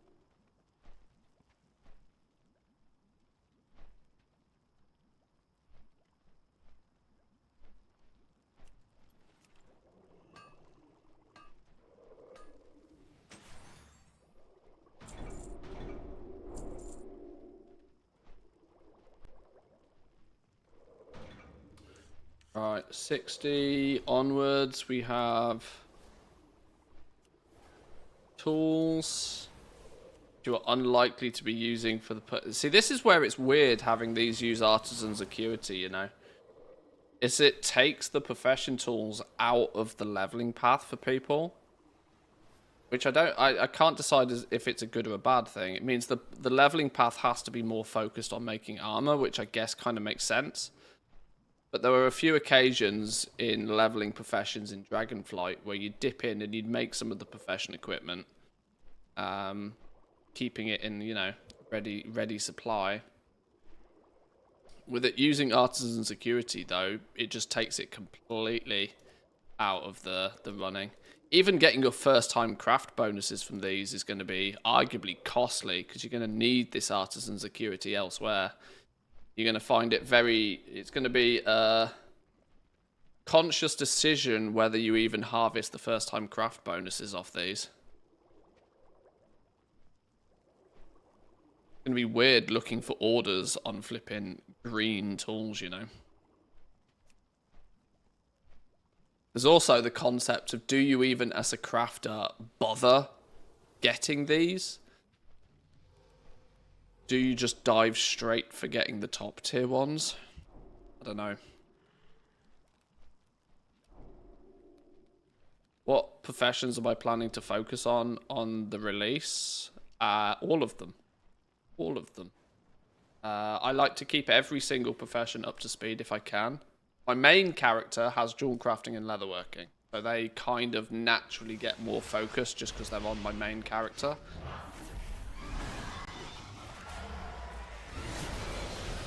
But overall, I will be playing with all of them.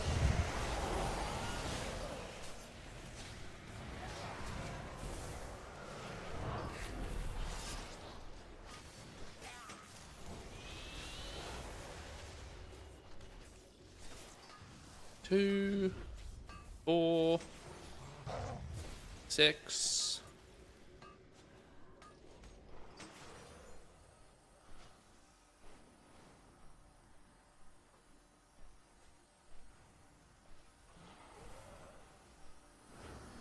Three times.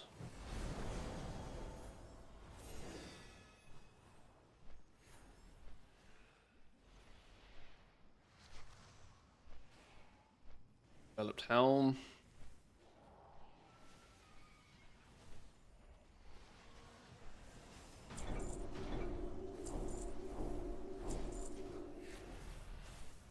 Okay, now it starts to get a little bit different. These frameworks, I also don't believe we're meant to get these at this point, are we? I believe these are meant to come through here.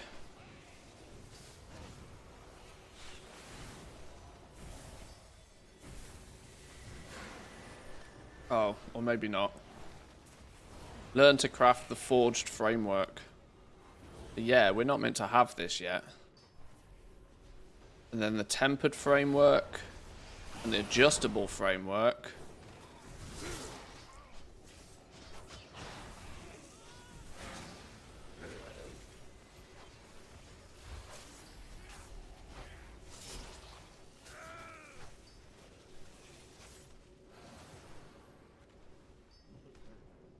Five skill when crafting alloys and frameworks.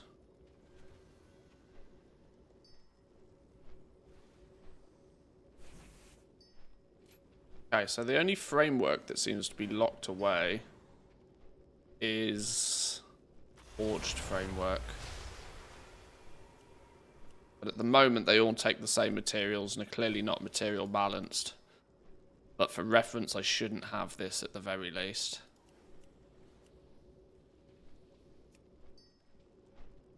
What about these waystones and whetstones? I'm having to check this sort of stuff now.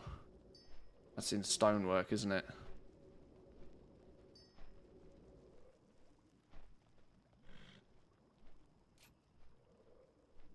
Ironclaw whetstone. Ironclaw razorstone.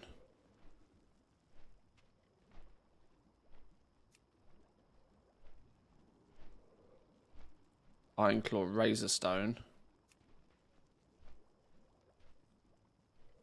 So hang on, which one is it we're meant to have and which one is it we're not meant to have? This is still very broken. Ironclaw razorstone we learn. Okay. So it is right. That's The one we don't have is the one we're not meant to have yet.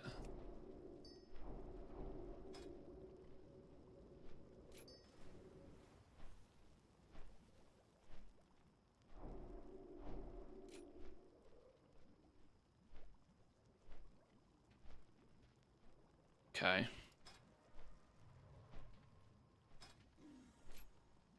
Oh, Iron Claw Whetstone. Iron Claw Wet. Okay, yeah, we're not meant to have this one either. The Waystone we are theoretically meant to have. I'm just trying to be careful because we're at the point now where these are the only things that are giving us skill points, and if we're not technically meant to have half of them yet because you're meant to spec into getting them, we'll be careful of that.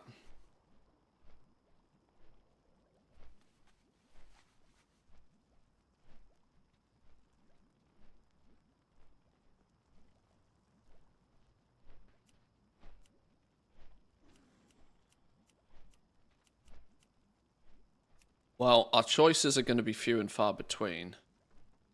Oh, then Iron Claw Razor Stone comes here. But it doesn't, it comes here. No, it comes here. So yeah, we're not going to get this off the trainer either. Well, one of these two options is wrong. either it's not going to come from the trainer, or either it's not going to come from here. So something's wrong.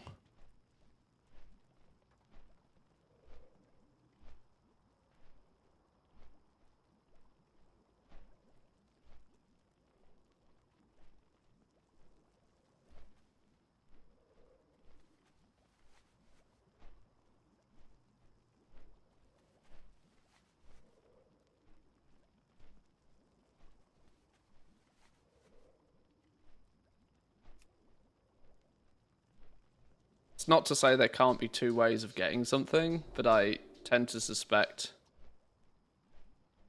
that this isn't the intended way. Because they said a long time ago most of the spec trees were much further along. But, okay.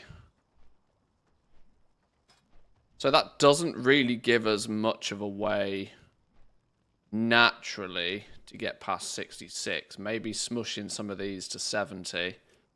Where are we going to go from there? We're going to quickly have to start speccing into unlock. These are all spec tree unlocks. These are presumably all spec tree unlocks as well. In the weaponsmithing tree.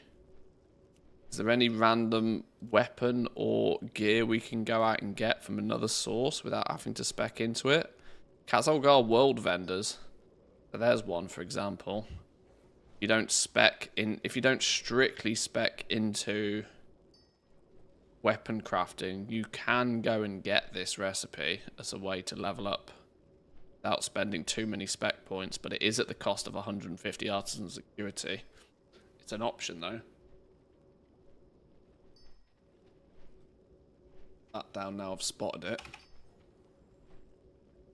70 plus. Charged slicer.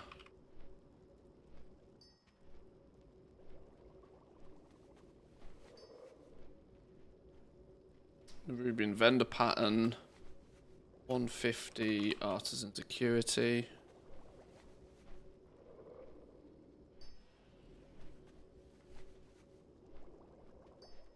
And 1,500 cash.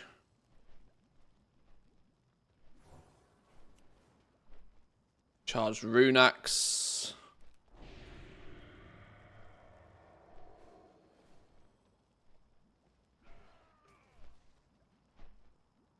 Is theatre event.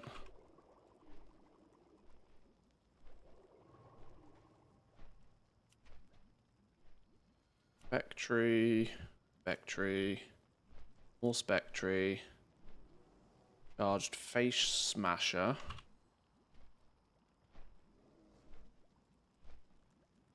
I'm thinking for those that choose to go the reagent route, for example, you go the reagent route and are not planning on doing too many work orders, your next question quickly becomes, well, how the hell do you get 100 skill in the profession? You might have to hunt down some of these recipes and then just get lucky with NPC orders and slowly chip away at it. Irendal. Artisans. Fortium. Quartermaster. Or Nogle. I can put screenshots along these as well. 150.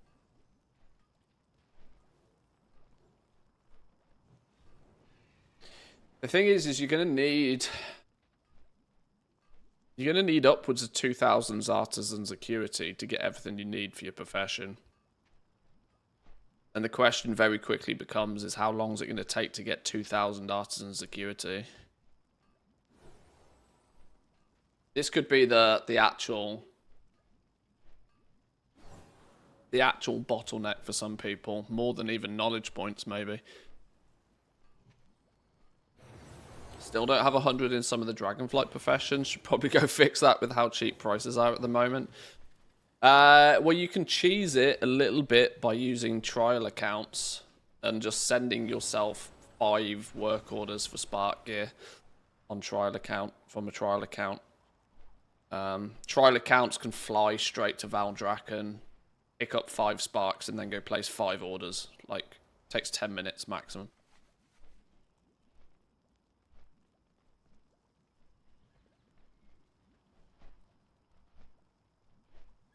Can you fill an order for another character on your account that is on a different server? Today, no. In the War Within, though, you will be able to. They will need to be part of the same guild. You'll have cross-realm guilds coming. Put both characters in the same guild, and then they can do just that.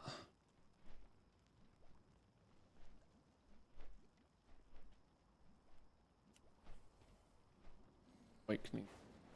So another recipe here, charged Russia.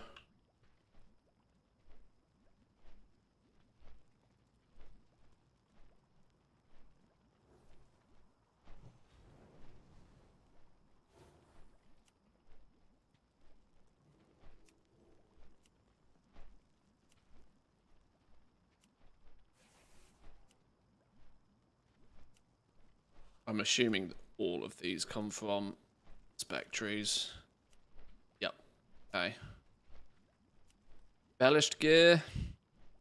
Challenges cache. Dawnbreaker. I have no idea what that even means.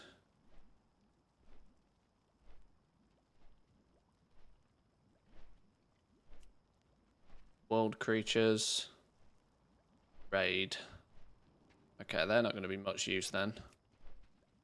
Determined the Ironclaw Razor Stone comes from a spec tree, but that's likely to go yellow like very quickly.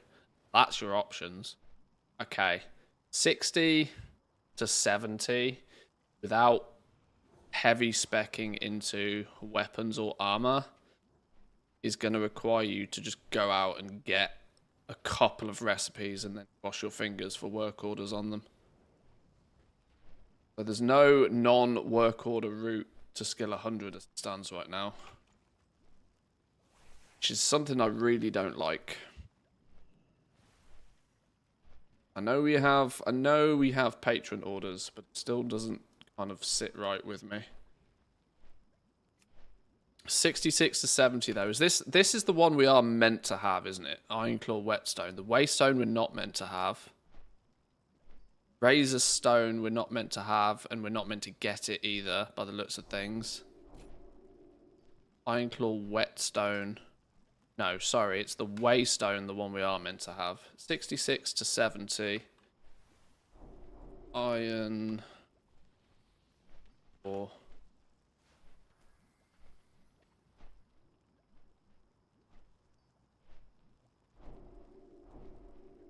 These are likely to go yellow and then green and then grey very quickly as well. Maybe even as soon as we ding 70, to be honest. We need some more core alloys and we need some ley line residues. Yeah, what do you want? Ley line residue.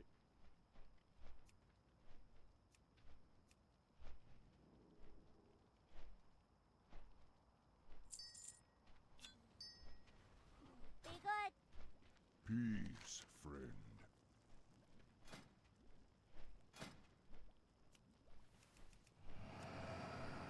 At least 5 of these, I reckon.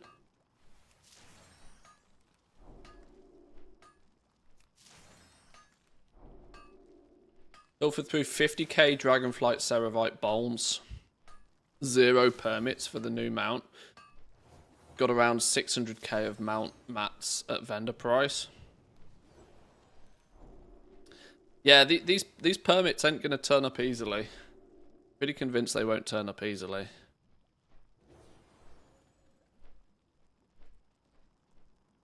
And I honestly think that that's the right play anyway. I don't think they should turn up very easily. Considering they have a vendor value of 1 million gold.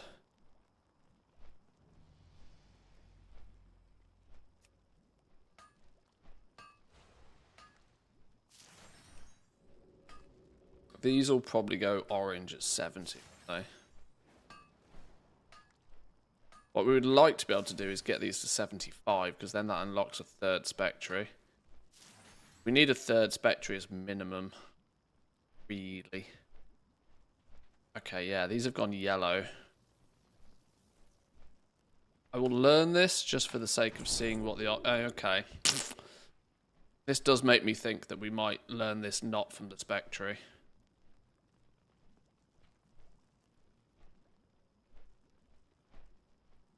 There's part of me that says we should push these to 75 all the same.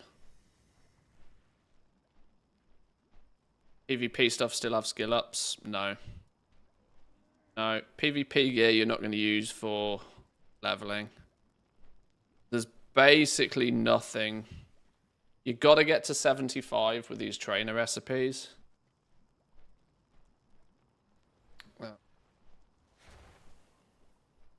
These are yellow at 70.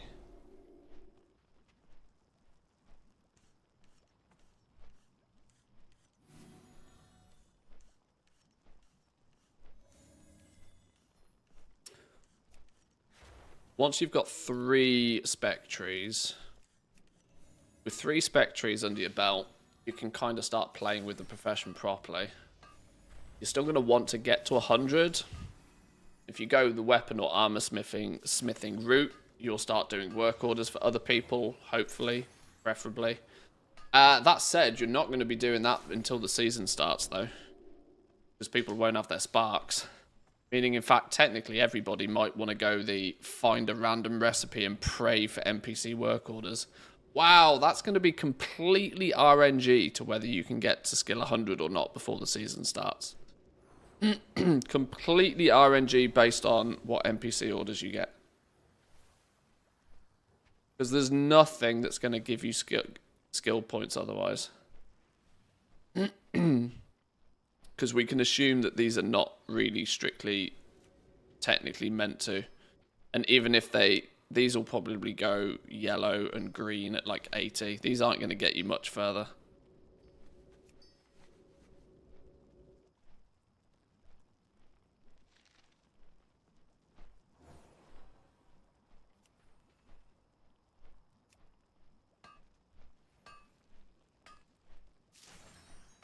One,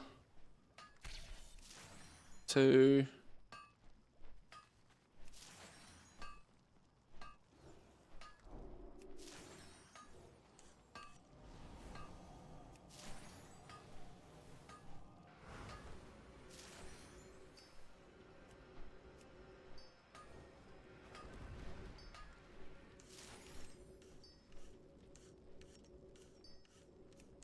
Go on. Go on, game. Yes, there we go, 75. That'll unlock your 3rd Spectre. And as you can see, all of these now have gone yellow, meaning your ability to harvest skill points from these is going to go green and then grey very quickly. Plus half of these are meant to be locked behind Spectres anyway. So yeah, you're now at the position where there's one of like maybe 4 recipes you can easily get your hands on. Charged. Where did they go? So we've got the charged slicer, charged rune axe, the charged face smasher, and the charged crusher are recipes that players are going to want to go out and get. Whether they, 2 of them are from vendors, the Nerubian vendor in the Spider City, the Artisans Consortium vendor for the face smasher and the slicer, and then you just gotta cross your fingers that you can get NPC work orders on them.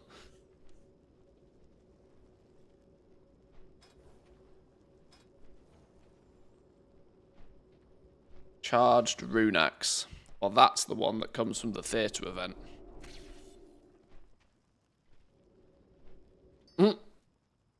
But not only do you need to pray to RNGesus, you get the NPC work order.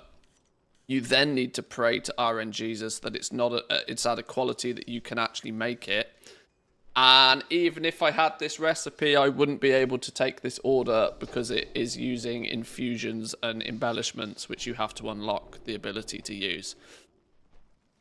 So basically, there's a very, very, very strong chance that nobody will be able to get blacksmithing to skill 100 before the season starts. If it stays the way that it is right now.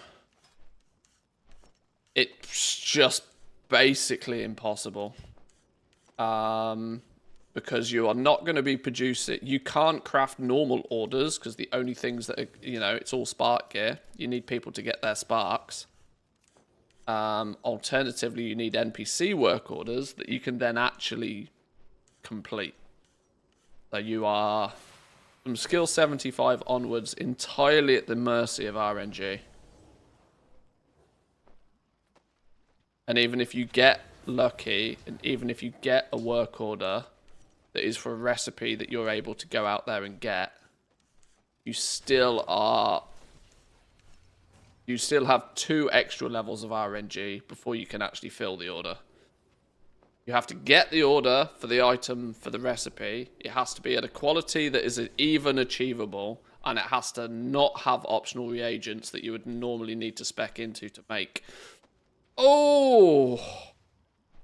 It's going to be very hard to level blacksmithing to 100. Yeesh!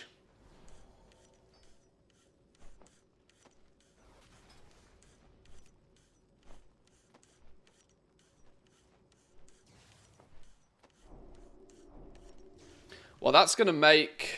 Let's also think about some of the knock-on effects of this, right? The knock-on effects of this means that it is going to be incredibly difficult for crafters. In fact, I would go as far as to say it's going to be almost impossible for crafters to make crafted gear at quality 4 or 5. Because let's assume at this point that we're going to go the armor smithing route. Right, let's say we're going to make armor for people. We're going to try. We're gonna have the thought and the hope. In fact, hang on. Which one of these comes from the raid? Siphoning stiletto comes from the raid. Boots comes from world. Sanctified steps. World creatures. So that's a world drop recipe actually, which means that will potentially be on the auction house as well. Point still stands. It's all spark gear. You're going to need either legit orders once players have got sparks, or NPC orders that you can at least potentially hope to fill.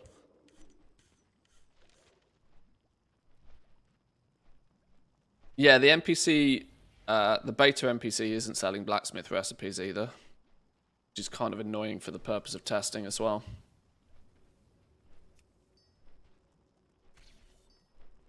Yeah, I don't know how blacksmiths do this.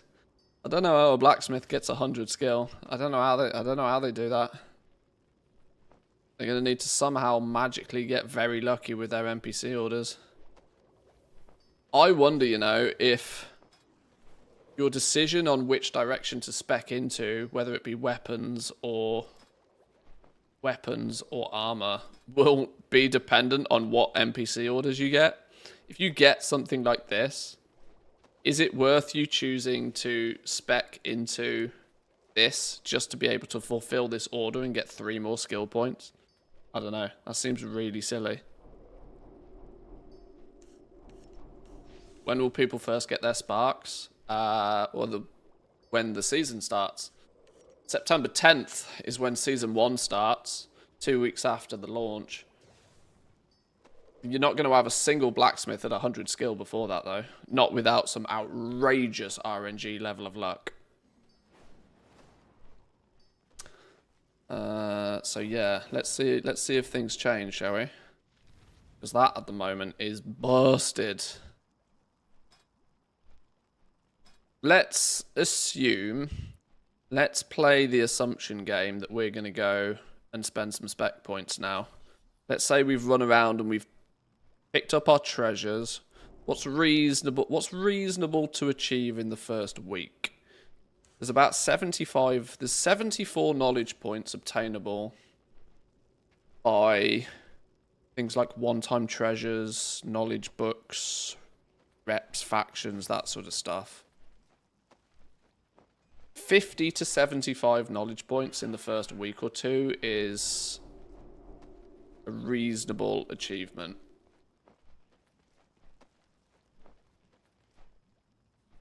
So let's grab the Blacksmithing knowledge book.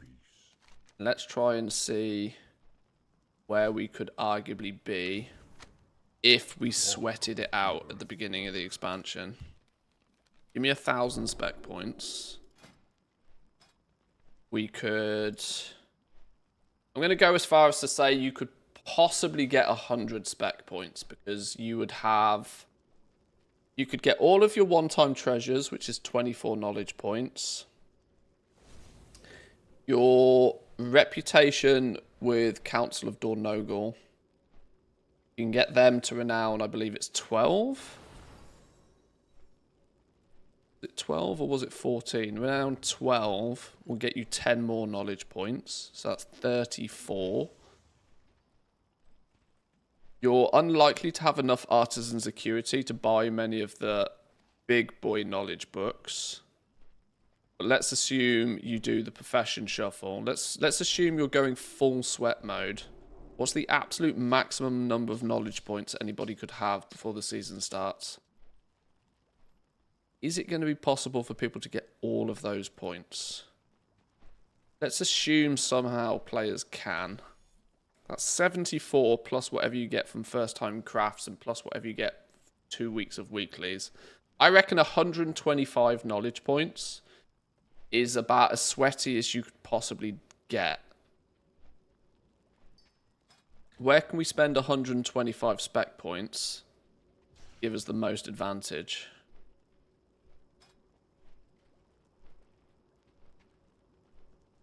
Do we get a full spark right away, or is it half every week? We've not had that level of clarification yet, but sparks do come to you in half sparks. Whether we get 2 half sparks the first week of the season or not, we don't know yet. Nor do we know the limitations of early access. There's a lot of things we don't know, fortunately.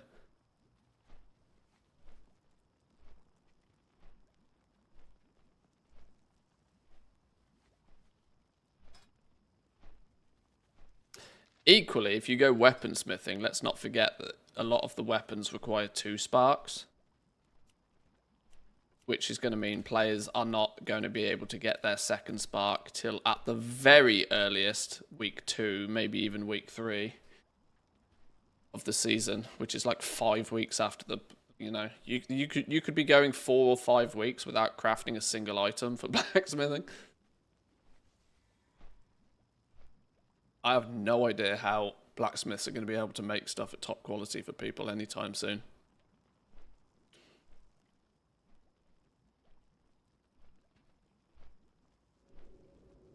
Long blades will give you 3 weapons. The other paths will only give you 2.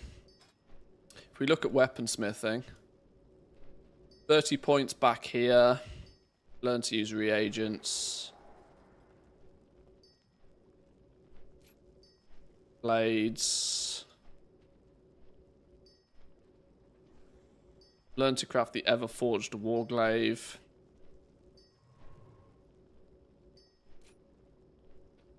Learn to craft ever-forged longsword. Charged claymore. Charged hex sword. That's 4 actually. You go this route, you get 4, which is 50, 60, 70, 80. Short blades as well. Everforged stabber. Everforged dagger. You could fill this out within the first couple of weeks, I reckon. 30, 80, 105. You could fill 1/2 of your weaponsmithing tree out.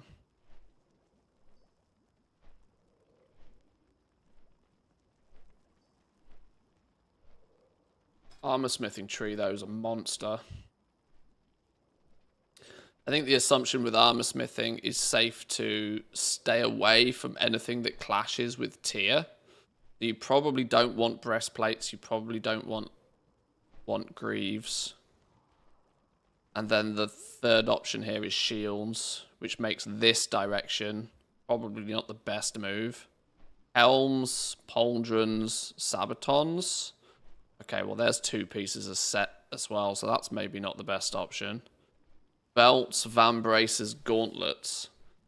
That could be a wise move on the, well, wise as wise can be.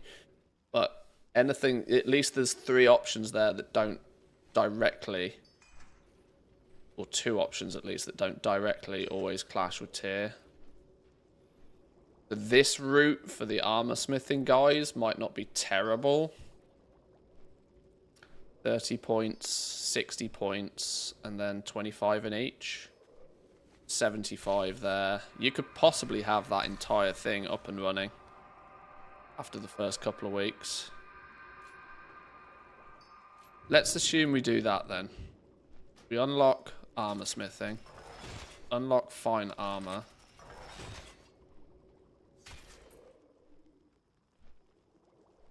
How many points do we have to put in this to start unlocking something? 10? Belts, vambraces, gauntlets. Let's just go belts.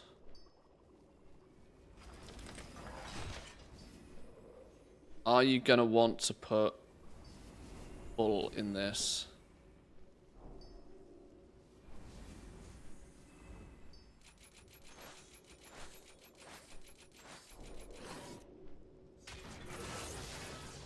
That right there is your first time crafts and your 25 treasures from around the world. That gives you a craft. And you are still going to have no chance to make this any higher than quality 3. Okay. Sure, you have the ability to make something, but nobody going to want it. Crafted gear, let's not forget. If it's not at quality 4 or 5, people genuinely don't want it. So you're going to have to be better at this. You're going to have to be better. How do you do more better? Let's say you put another 10 points in here.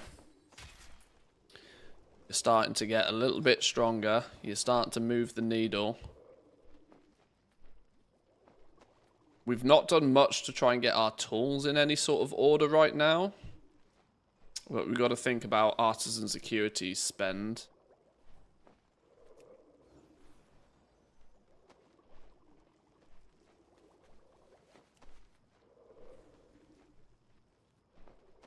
Efficient blacksmithing toolbox. This isn't even giving skill at the moment.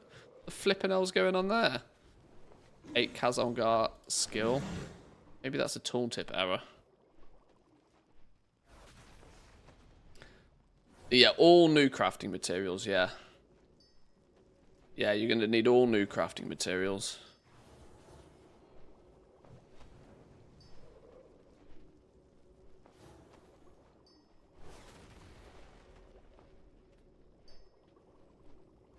Will you pump out the War Within 10-minute catch-up videos for each profession with changes and potential early goal making? Well, I've done a bunch of first looks at the professions. They're up on the YouTube channel. I've not done every profession because some of them have been broken. But there's a little 10-15 minute video on most of the professions already. I kind of need to put them all in a playlist for people, really. But yes, as we get closer to the launch, once everything starts to feel a little bit more finished, there'll be a lot more. I'm kind of really holding off the YouTube stuff because there's nothing I hate more than making a YouTube video for then 2 days later a significant change to happen and then half of the info in it be wrong. So I'm deliberately holding back as long as I can before doing the YouTube side of stuff.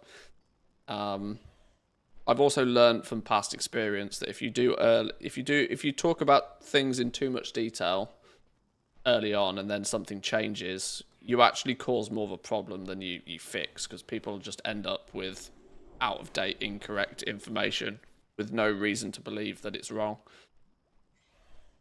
I'd rather just wait until they're finished, wait until they're ready, and then do them. The Everburning Forge, something that would be nice to spec into early. I'm not sure it is, you know. I'm not sure it is. I don't think you want to be wasting any points here, truth be told.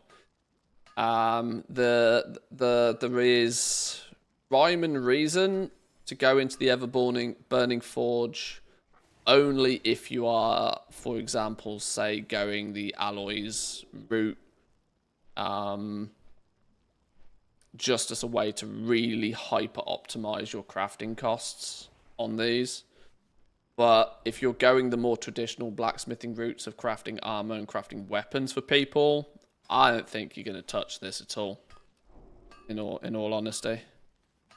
Certainly not until you are able to craft certain things at top quality for others.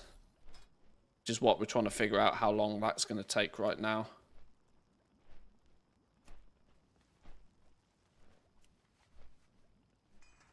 You need to get to the point where you can naturally produce things at quality 4, so then you can concentrate on them to get quality 5. Let's say I need some sanctified alloys and Ironclaw alloys just for testing here. How you doing? Sanctified, oh, they're going to be on this one, aren't they? Looking for something special?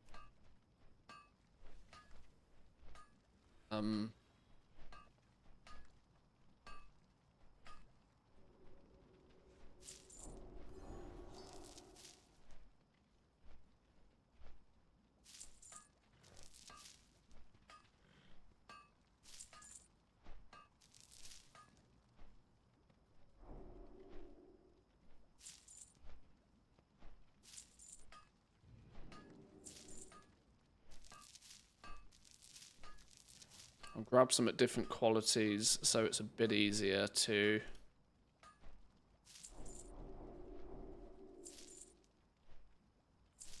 simulate some crafting opportunities. Oh, what's going on here? Oh, I'm out of gold again. Thanks for giving us plenty of gold to test things, Blizzard. Appreciate that.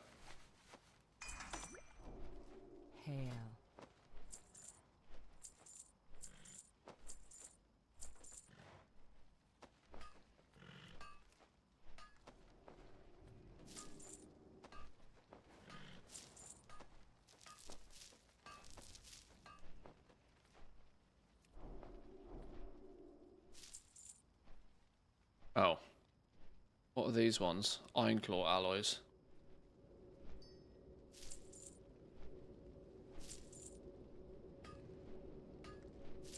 Okay. Oh, hang on. What's going on here? Charged alloys. Flipping out game. Okay. Be careful.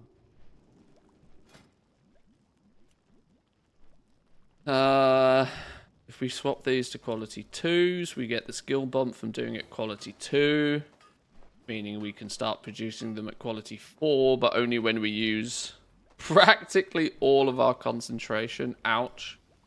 We're going to need quality 3 sanctified alloys, quality 3 Ironclaw alloys, plus a spark. We would need the assistance of our profession tools in order. We need 392 and we're at 361. What's that difference wise? 392 minus 361. We have a deficit of 31 skill, or we can guarantee these at quality 4, even when using max materials over here. 31 points is achievable up here. You can get up to 40 points. But let's not forget, getting 40 points up here is 900 artisan security, which, if you achieve that, you're going to be sacrificing the amount of knowledge points that you have.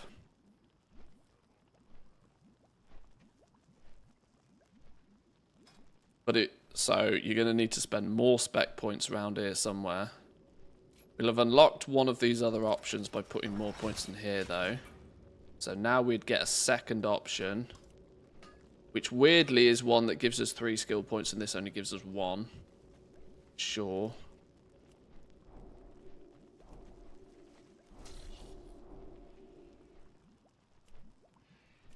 We want to get great belts to the point where we can start using concentration to make quality 5 and then charge somebody a shitload for that luxury.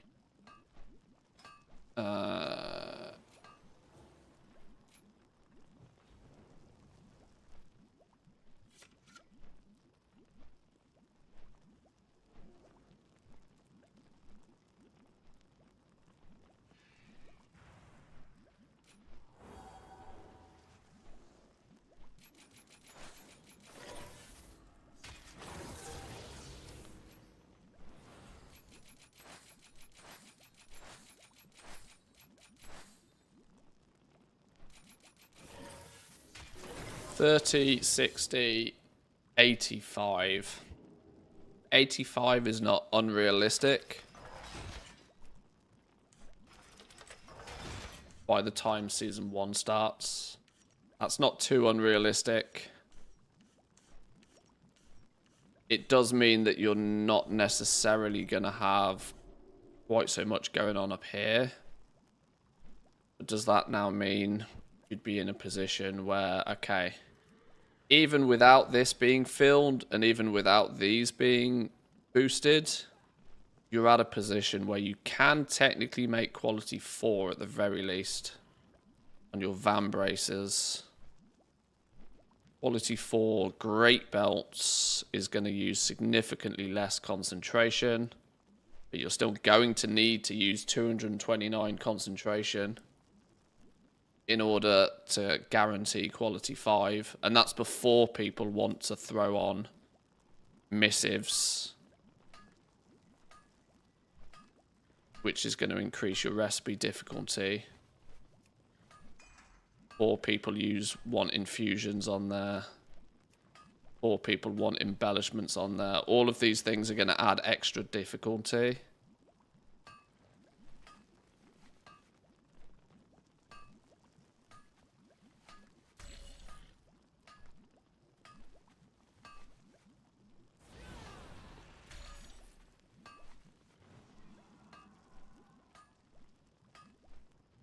I'm going to assume if you've gone out of your way to get your knowledge points from places like the Artisans Consortium, there's 30 knowledge points available there.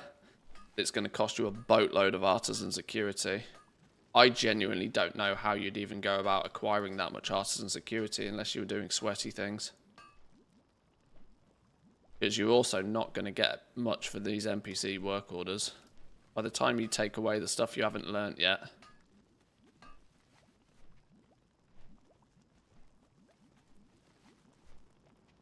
Yo, blacksmithing's still very tightly tuned.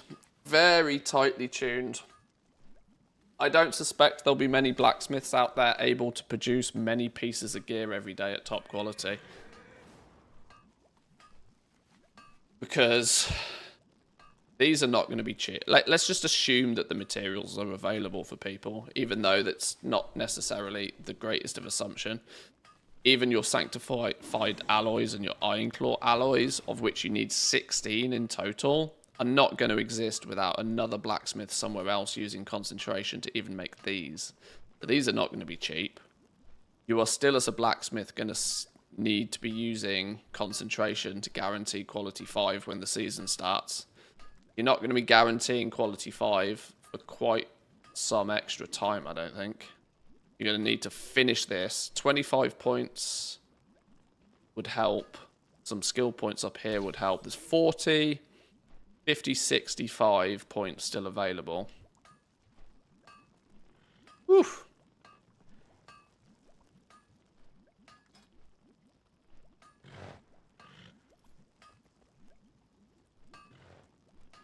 And that's with putting all your eggs in one basket, pretty much.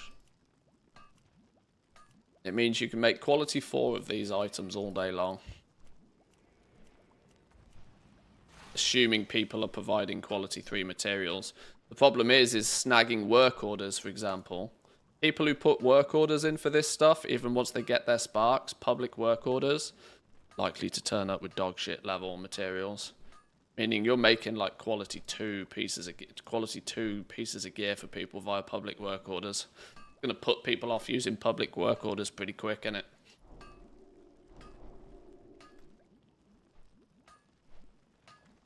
I can already hear the people crying how expensive Q5 gear is gonna be. Oh, it's not gonna be cheap. It's really not gonna be cheap.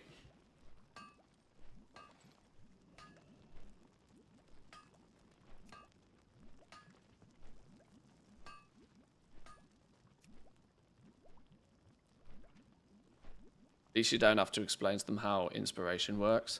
We spoke about this a little bit yesterday. Crafters need to make sure that they just keep it simple, right? Blizzard have simplified it from the fact that you don't need to explain inspiration. You don't need to like recraft things multiple times to proc a rank 5 or any of that rubbish. You'll be able to flat out tell people exactly what you can craft for them when they ask you. And your answer needs to be very clear and very straightforward. Your answer needs to be, if you provide tier 3 materials, I can make this. That's it. End of conversation, right? If you provide tier 3 materials, I can make quality 4. If you give me a briefcase of cash, I will use my concentration and make it at quality 5. Now, this isn't balanced, but at the moment, to make a quality 5 one would basically take you 48 hours worth of concentration to make it at quality 5, which you're just not going to do for people. You've got much better use for concentration other places. Unless somebody literally hands you a briefcase of cash, you're not going to do this.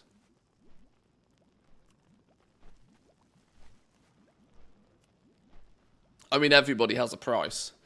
Everybody has a price for sure, but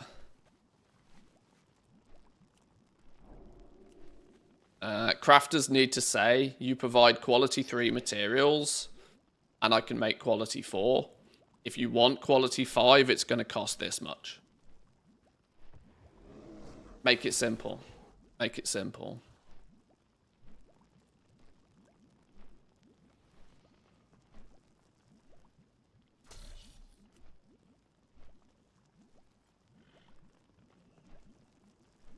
Because at least short term, there is very little chance.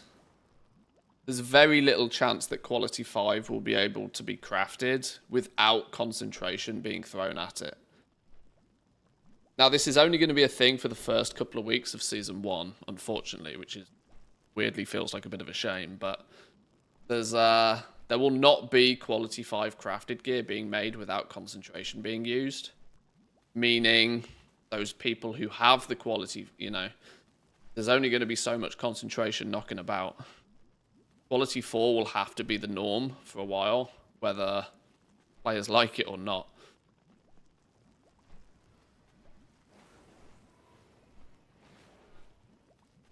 Where does blacksmiths' tools and stuff come from? Where's my tools and accessories? Blacksmiths are both responsible for their hammer and the toolbox, and then leather workers make their apron.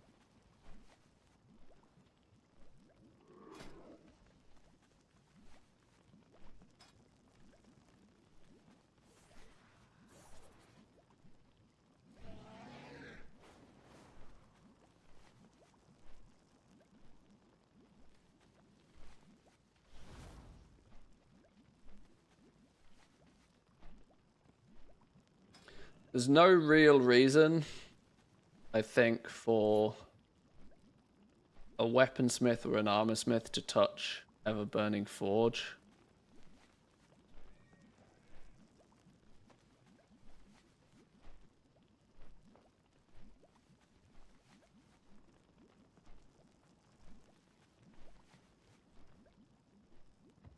Yeah, there's basically no reason to.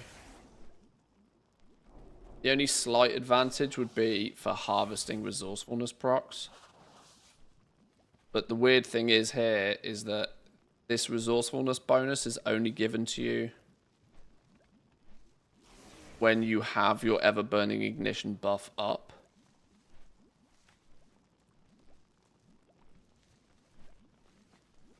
So yeah, I don't think weaponsmiths or armorsmiths are going to touch this at all.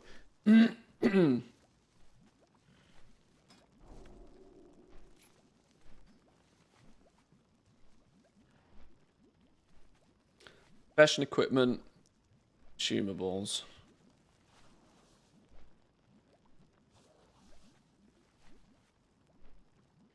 You can unlock the tree.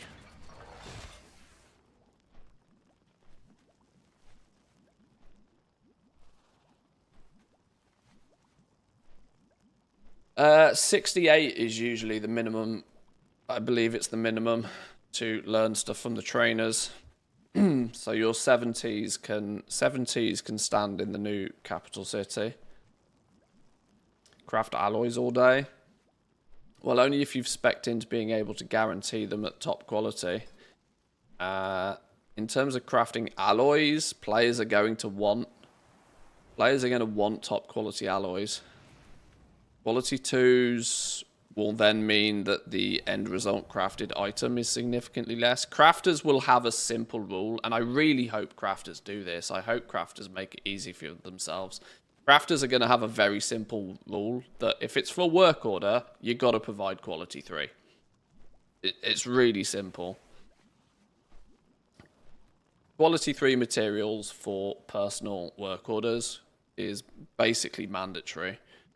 Quality 1 and quality 2 materials are going to be used sparingly elsewhere. Public orders, that sort of thing.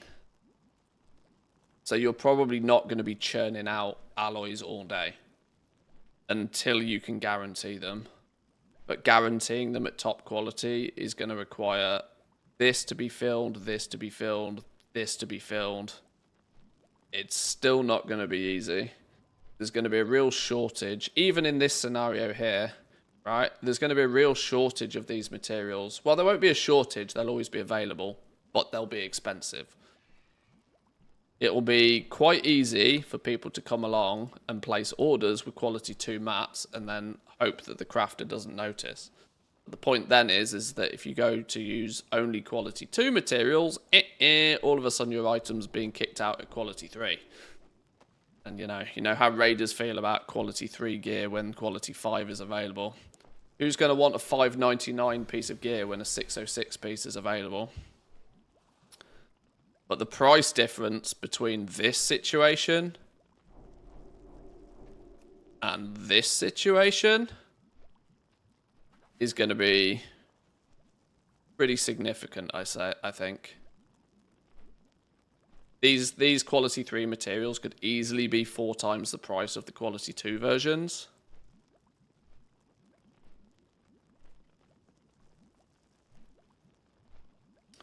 Let's push forward a little bit more.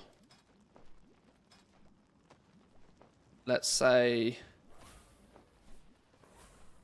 well, at this point, actually, the only thing a blacksmith can do to get any better at making belts is to fill this bar and fill these boxes. That's the only thing they can do to get better. Okay.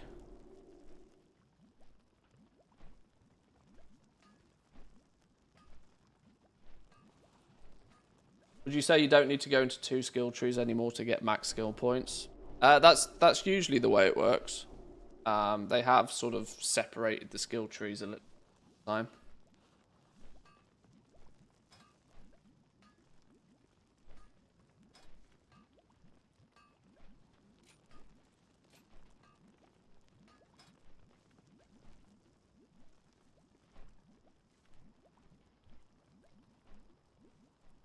Okay.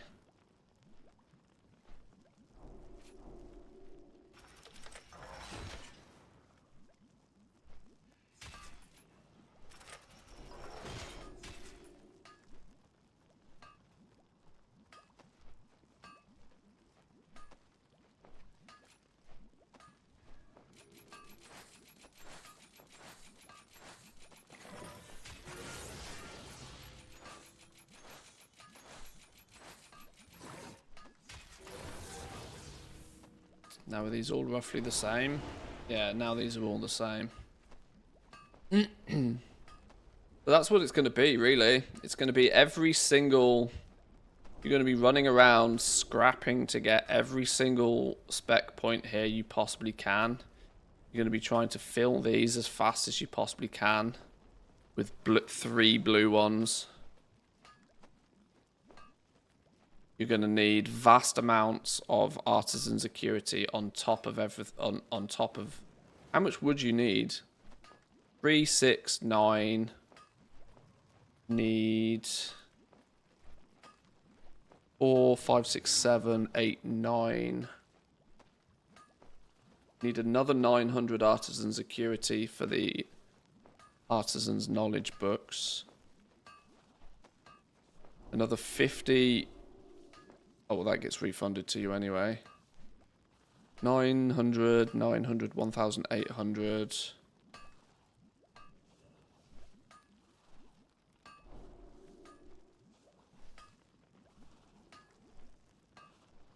1,800 artisan security to get your knowledge points and these. Ouch. I'm trying to figure out here what's better to spend your artisan security on early. Is it better to spend your artisan security on getting the knowledge points? Or is it better to spend your artisan security on getting your tools in order? Because you are going to have to choose one or the other. Even if you do completely sweaty, degenerate things, I can't imagine you're going to have the luxury of having both.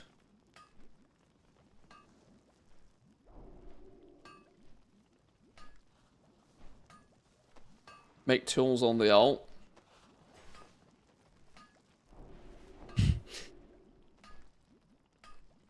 Is that what players are going to do? Make your alt.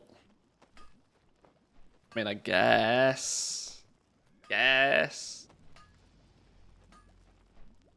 You're going to have then a pocket blacksmith that specs into being able to make the tools. That pocket blacksmith is also... Yeah. Oh, it gets very icky sticky, doesn't it? Use the artisan security from an alt with the relevant profession. So like with blacksmithing, for example, you'd have to have a pocket blacksmith that learns how to make both of these and has 600 artisan security to feed these 2 items to your main character. You're then going to need a pocket leather worker. So your main blacksmith needs a completely separate level 70 alt that is a blacksmith leather worker who does the treasure shuffle to get 1,000+ artisan security to make all of these tools that then get sent to your main character. Your main blacksmith is then also going to need to get like a good 800-900 artisan security themselves. Oh my lord. The leatherworking pattern costs 150 to learn as well. Oh no, there's going to be so much degenerate gameplay going on for these flipping artisan security again. Oh, it's going to be gross. It's going to be real stinky. But there's definitely a sweaty mode way of doing this, isn't there? Public order with like a 20k tip, somebody will do it. Not anymore. Public orders require all materials.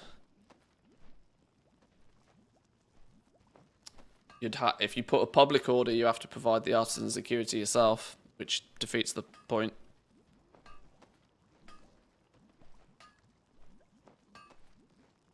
Damn.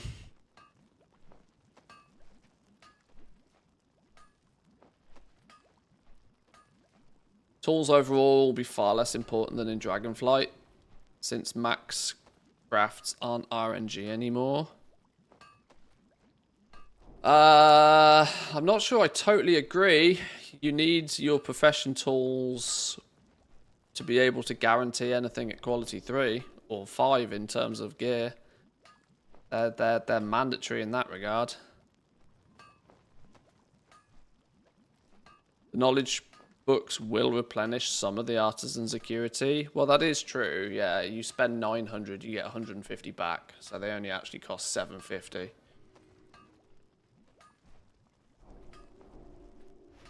Think. Quick maths.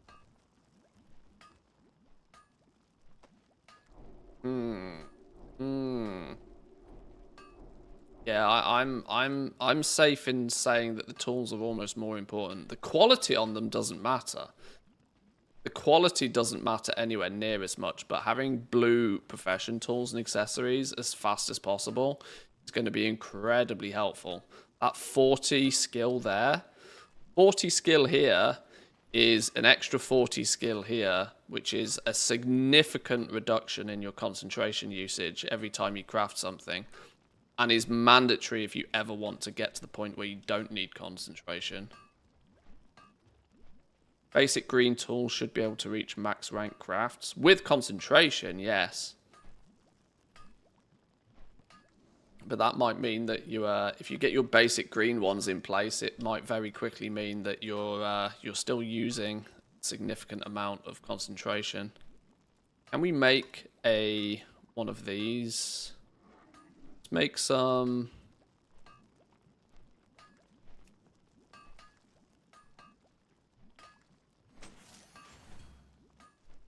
Oh. Basic one doesn't even have plus skill on it at the moment. Oh, well, that doesn't help testing, does it?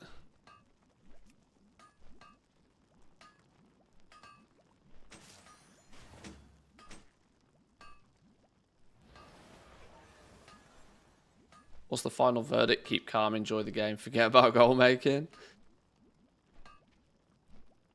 Well, what I'm in essence attempting to do is figure out just how impactful sweaty gameplay will be. Like, if you go full sweat mode, are you going to be at the point where you're basically using a fraction of the concentration other people do? How justified is going sweat mode over just being able to craft a few less things per week for players? But I am relatively convinced in saying that the guaranteeing of top quality stuff is super unlikely to happen for the first couple of weeks.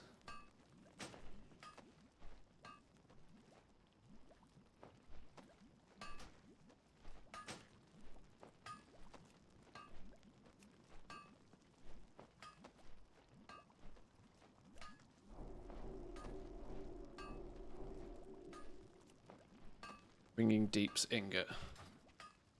Bringing Deep's.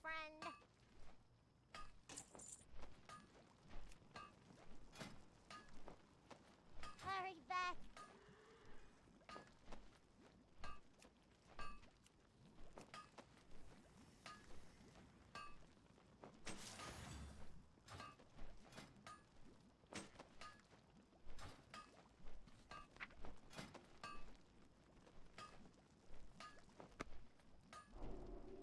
Plus 11, plus 8. How's that going to help us in terms of crafting these first things? Going to push you to the point where you only need 86 concentration. This goes to show, right, that even getting something in place, 229 concentration without any tools. 229 concentration is meaning that you can maybe craft 4 pieces of gear for somebody, 2 pieces of gear a day. 2 pieces of gear a day at this point, at the start of the season at quality 5. 2 pieces of gear a day. You start to get your tools and stuff in order. You're at the point where all of a sudden you're using concentration, which would theoretically mean you could go from 2 pieces every day like 5 pieces every day just by getting these in place. Now, you know, if you're able to charge 20k per order, that's, you know, 40k a day up to 100k a day just by getting these in place. That's an extra 60k a day potential. Not to mention crafting these will be giving you skill points each time as well. Once the season starts, which will quickly push you to 100. I have just the thing for Grab a couple of sparks to sort of test this. Keep it real.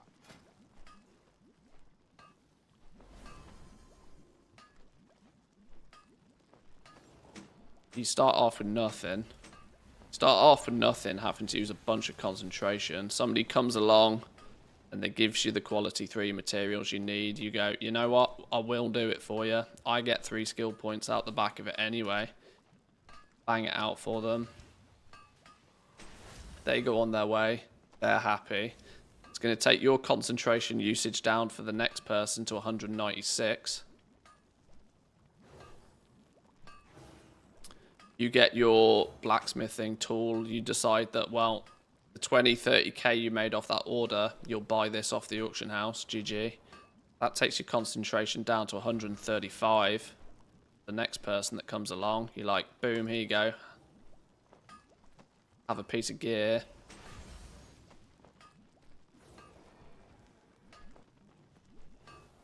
You're down to 113 for the next person. You scrap together some artisan security to get your blacksmithing toolbox for an extra plus 11. Now you're only spending 43 concentration per order. You can start to fill a bunch of orders real quick now. And bang them out all day long at these sorts of prices.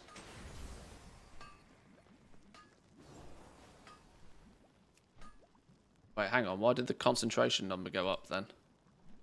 Didn't we have it at 43 a second ago? Hello? I swear that number's gone up.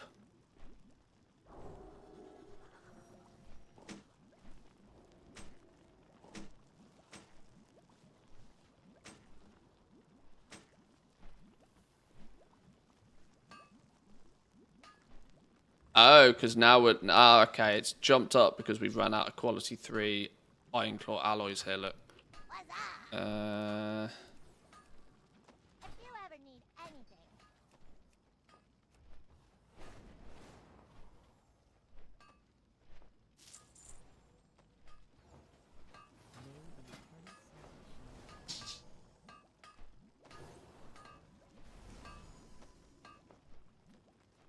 Yeah, now we're only needing 21 concentration. Guarantee it quality 5. We're happy to fill these easy peasy all day long at this point. This ain't costing us a penny. We're getting our 3 skill points. We're now basically guaranteeing quality 5 for people as long as they bring orders in. And we've only actually crafted 1, 2, 3, 4 pieces of gear for people so far.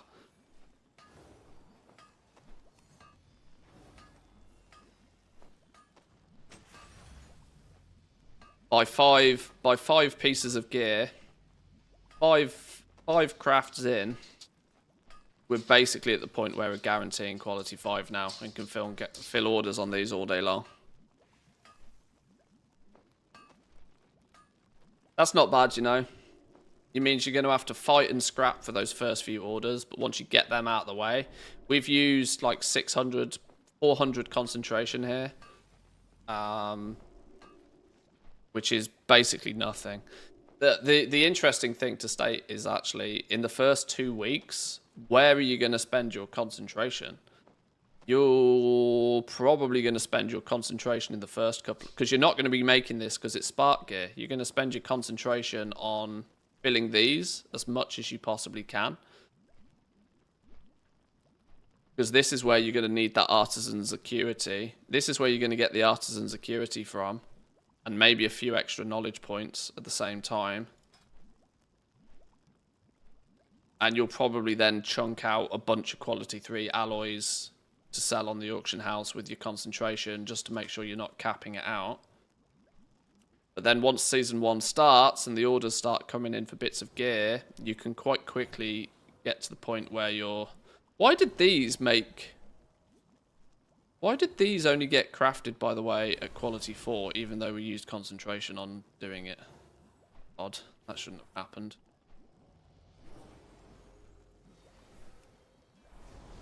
But now you bang out a couple more orders. You've got 100 points on the go up here. You're more than comfortable over here. It's made up for the fact that you've got a lack of shit going on over here.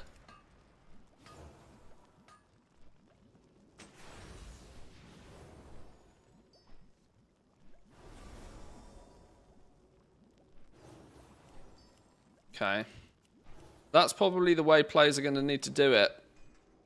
You're just going to have to fight and scrap. You go in the work order route. But that feels achievable. 30, 60, 70, 85 points in here. If you put the 50 points in here because you've been really pumping, then great. This is just for the 2 other bits of gear.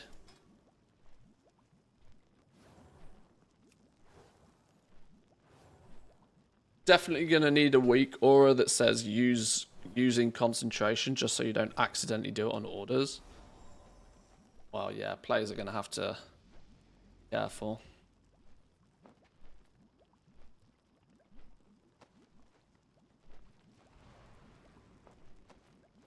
Is it worth getting new characters, Dragonflight crafting tools? No.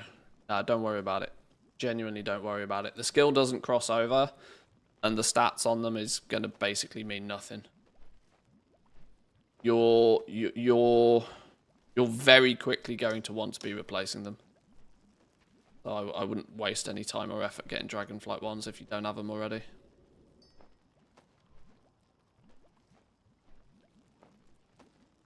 With max tools and everything, can you guarantee max quality with lower quality mats? No.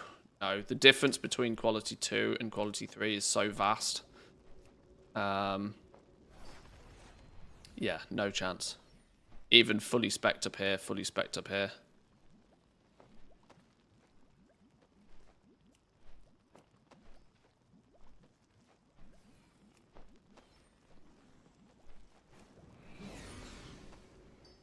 Yeah, I mean, you drop down to quality 2 materials here.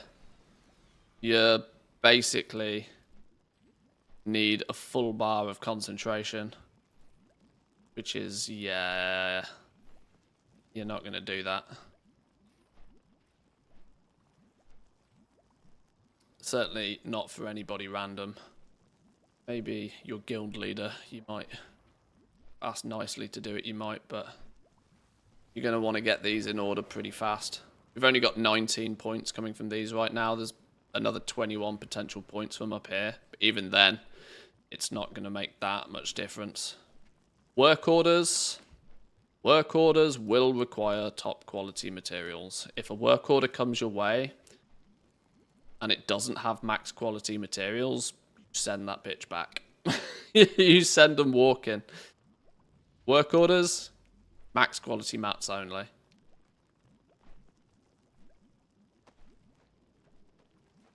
Max quality only.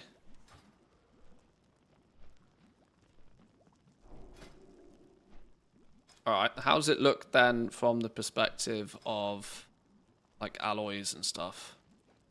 Where do we have to go to get alloys looking spicy? We figured out that we need to get, what was it, like over here to get the sanctified alloy.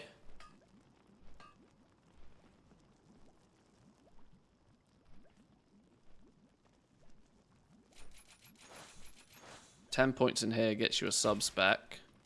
Unlock Fortuitous Forges to get the charged alloy. You then go 5, 10, 15 for a sub-spec in here.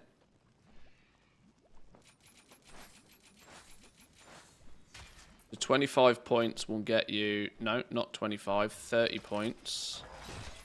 30 points will get you your sanctified alloy recipe. Now, what are we able to do with that? What are we able to do with that? Let's grab some tinder boxes. Is that all we were missing? Tinder box that doesn't give skill anyway. Yeah, what do you want? Have a good one. So quickly speccing in to alloys. You're going to be looking at making 5 sets of sanctified alloys at quality 3 before your concentration's gone. Even with, you know, a little bit going on up here, which you're not going to straight away have.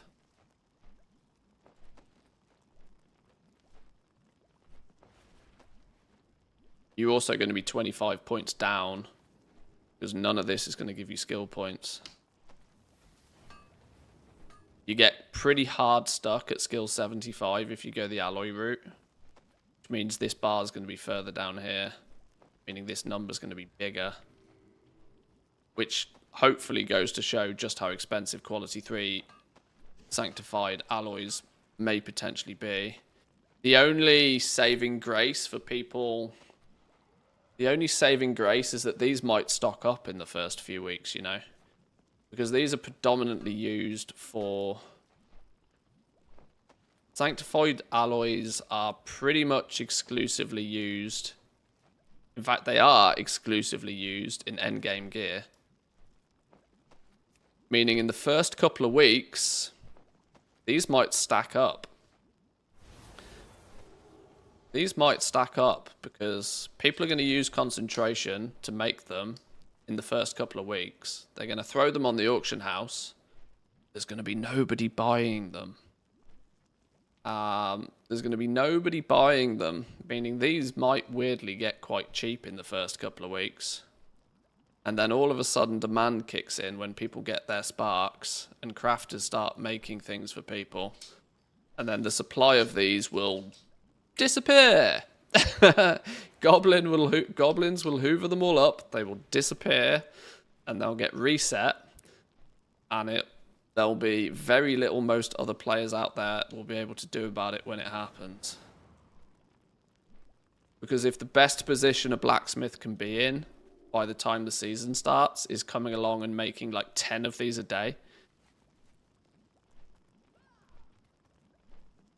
there's nothing anybody's going to be able to do about it.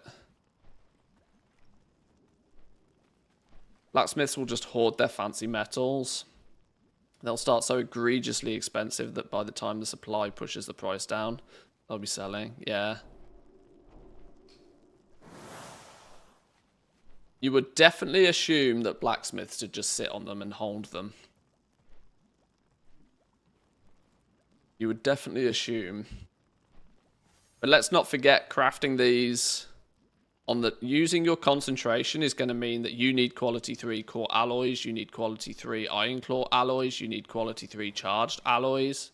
Which means if you're doing this in a self-sufficient way, that's not easy. Let's fill our concentration just real quick. At this point, a week or two into it, assuming you've even got a little bit of skill going on up here, what does it take to actually make one of these? What does it even take to get the materials to press this button?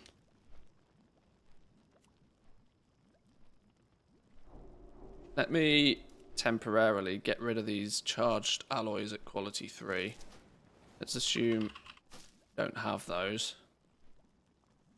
4 alloys at quality 3, we don't have these either. Iron claw alloys, we don't have these at quality 3 either. Let's say we want to be self-sufficient in making these. We need to get a bunch of bismuth at quality 3.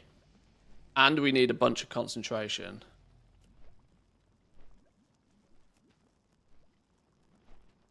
And we need 5, how many do we need? 5 core alloys per button press. So we need max in there. And we need to concentrate on it. Because we need quality 3. We need to do it 5 times. That's like a serious amount. Already, look. Juice quality 3. 1, 2, 3, 4, 5. There's your 5 of those. 5 charged alloys. So now we can put that in there. 5 Iron Claw alloys. Well, to make 5 Iron Claw alloys, we need... Oh, well, now we've all of a sudden used our core alloys, look. They've gone. So we need 10 of these to begin with, actually. Just to make the Iron Claw alloys. I hope people are starting to understand just how much concentration is going to need to go into making just one top tier intermediate. And why they're going to be so expensive. 6. 7. Ingenuity kicked in or something there by the sounds of things. Oh, and now we're spent. We're done. Right? We're done. We've made 7 core alloys and our concentration is done. Burn. See you later, GG.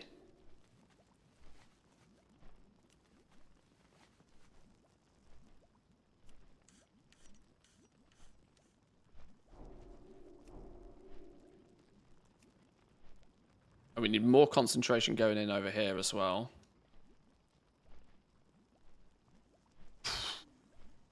Yeah, in essence, you are not going to make these yourself. It's borderline impossible to make these yourself. You're going to need a fully spec'd in alloy rafter dude to make these for you. Ah, this thing still only gives you 500 concentration. Okay. They've upped this number and they haven't changed this. Whoops. Character and profession specific, yeah.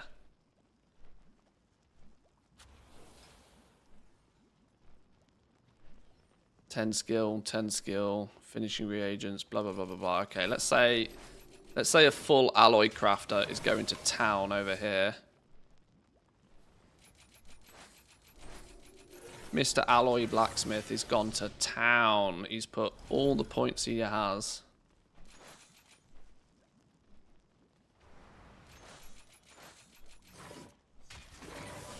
$30, $60, $70, $80 points into making alloys as efficiently as possible. So to make alloys efficiently as possible, let's delete those for a minute. We're now at a point where we would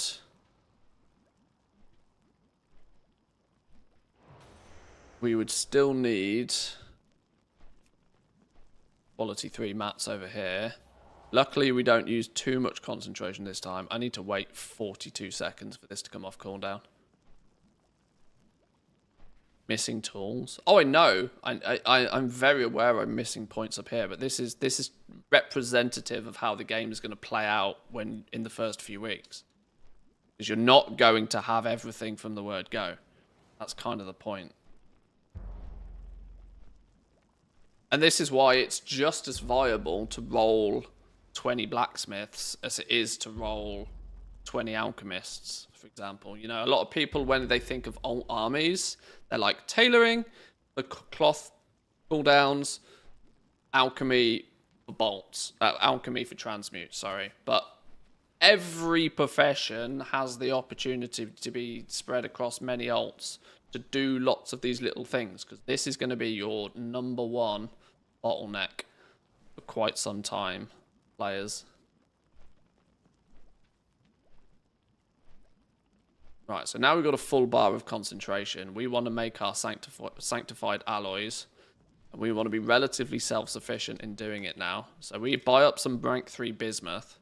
Let's not forget rank 3 bismuth is not exactly cheap in the first place. We're going to need some concentration on it even still, because we're still missing some juice up here.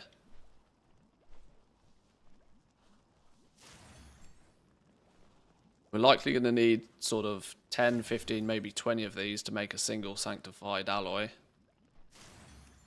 Probably more.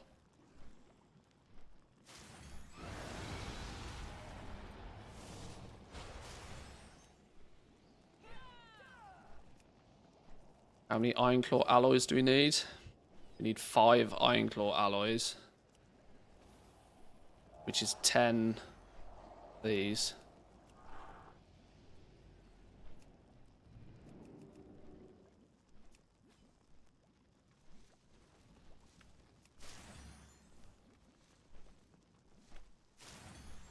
This is why I think people will end up pricing stuff so ludicrously wrong. And those who price things correctly will be pricing them at big numbers. Big numbers.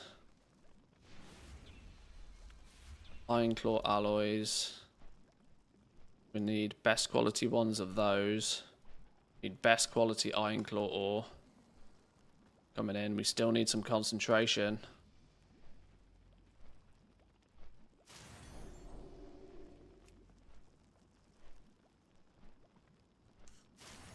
Two. 3.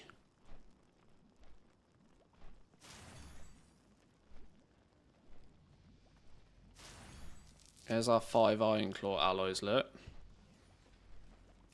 We need to press the button once, may I add.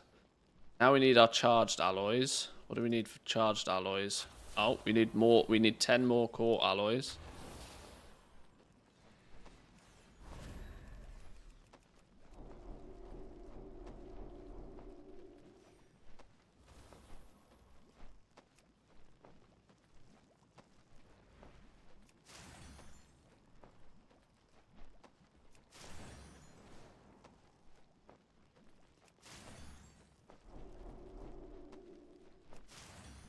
This is what people are going to use their concentration on. People are going to have to drip feed it into all of these intermediates. And when Blacksmith has like these multi-tiered intermediates, where you're going to have concentration being used every step of the process, it's going to get quite expensive quite quickly. And we're going to need 10 aquarite each and every time. Writhing samples. I don't even have those on hand. Interesting.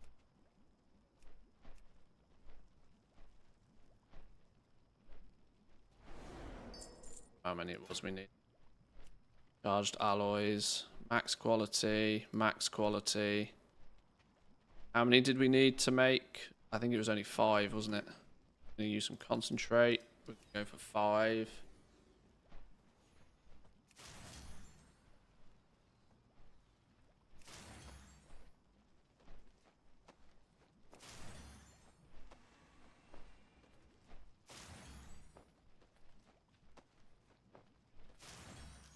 There's our 5 of those. So we're getting there. Got the iron claw alloys. We got the charged alloys. We now need the core alloys again. 5 more of these.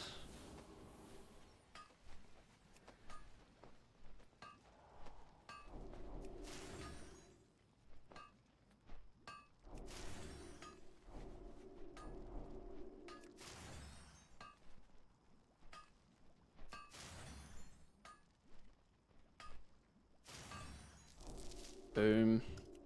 Now we're at the point where we can actually press this button. At the point where we can press this button, needing only 28 concentration to do it.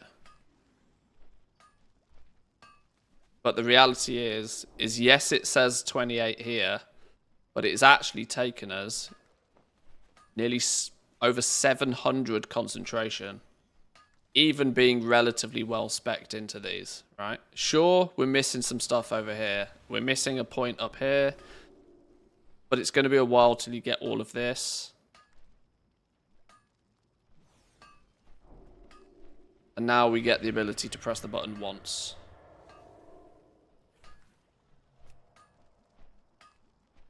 And we'll make 3 sanctified alloys.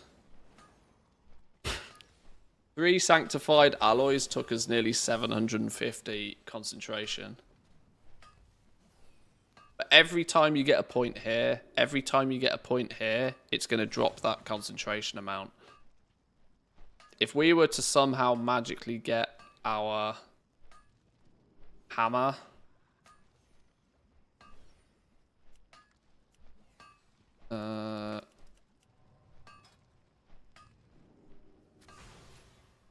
by this point, we would have actually learned how to make our Artisan's Blacksmith hammer ourselves as well.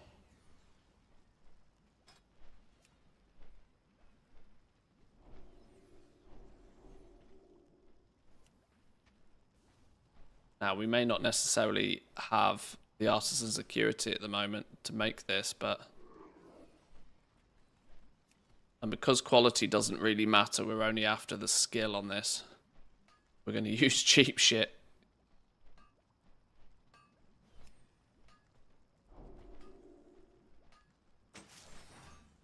Now, just that one tool, giving us that extra 10 skill, is going to mean the world of difference to how much it takes to make a sanctified alloy again.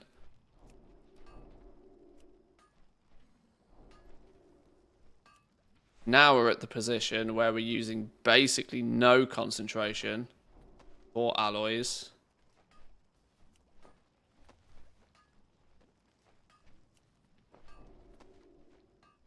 If you ever need anything. Let's reset our... Okay, it's annoying this has a 2-minute cooldown. Can I sell it?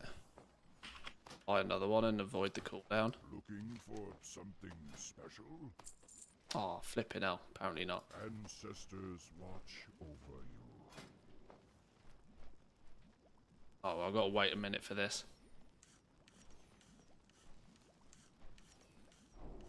Alright, I'm going to take a quick bathroom break. I'll be back in 2.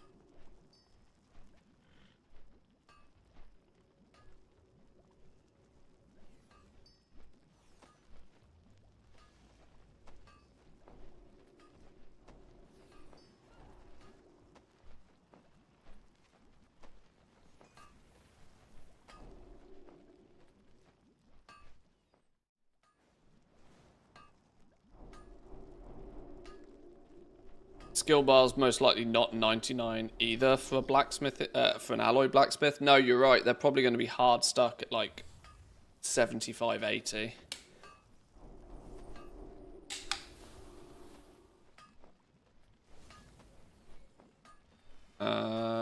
We can kinda... Let me...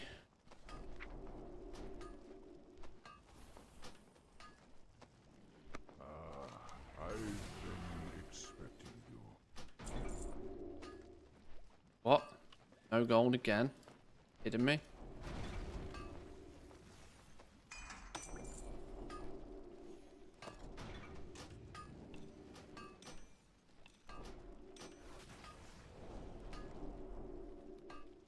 Time is money, friend.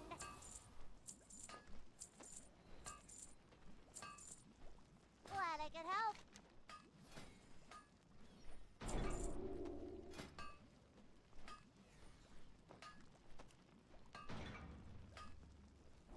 Oh yeah. Realise this is weird, isn't it?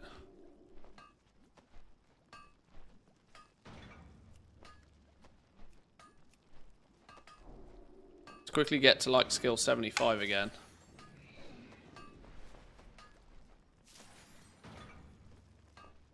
Just so it's more representative of what an alloy blacksmith might look like.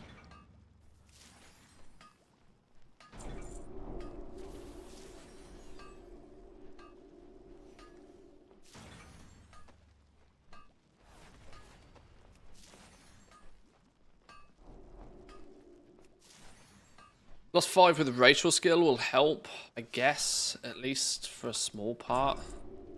It will keep that concentration cost down.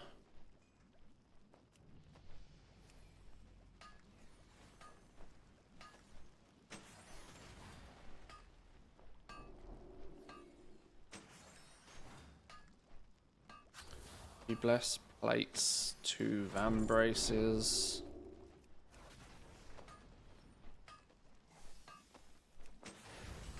The iron claw stilettos.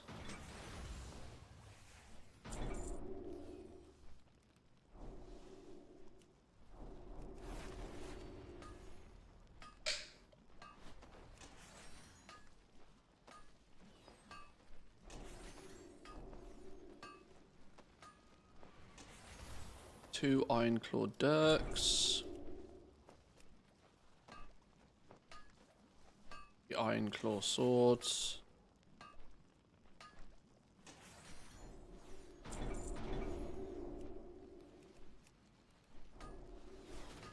Two iron claw axes.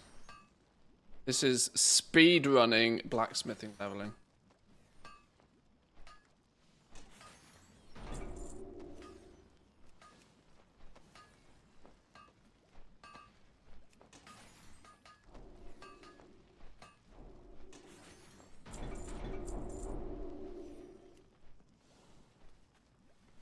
Through these.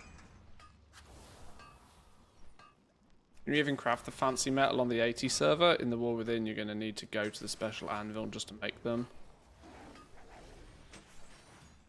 Like in Dragonflight.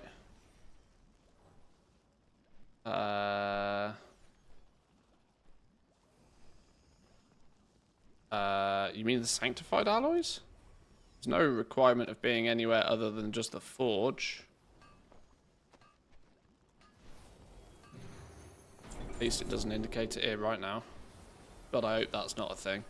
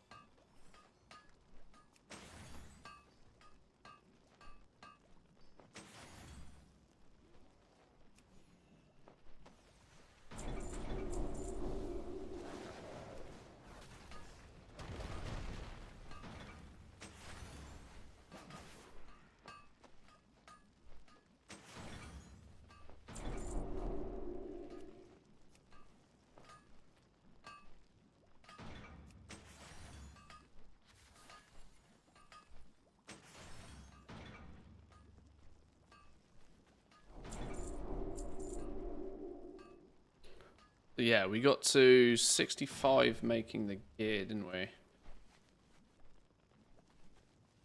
Made these things. Iron claw waystones. Until these basically grey out. That's what you're probably going to do. Which will, once these grey out, that'll be roughly where you'll be at. Let's say regular Joe blacksmith.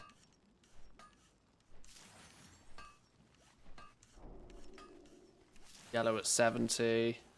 Probably green at 75, I think.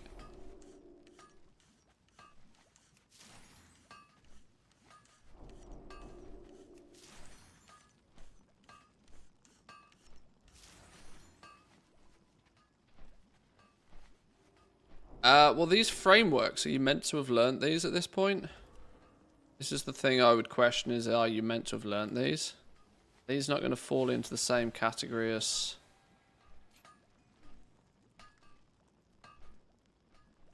Learn to forge, craft the forged framework. We're not meant to have that recipe yet. Which is the one that doesn't give you a thing. Maybe you can continue to craft these onwards.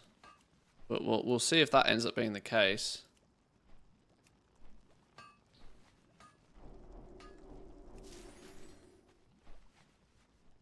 I mean, let's just... Yeah, I'm not sure what to say about these. Considering this one you unlock. Are these going to stay as trainer recipes? Not convinced. because we technically can learn this from the trainer right now, but that's also on the spec tree. So this is where it's a little bit kind of like, it could be 50-50 where you go from here. But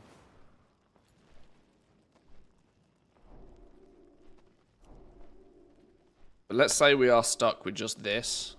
We get this to like nearly 80, maybe. And we say 80 is about our upper limit via trainer recipes comfortably.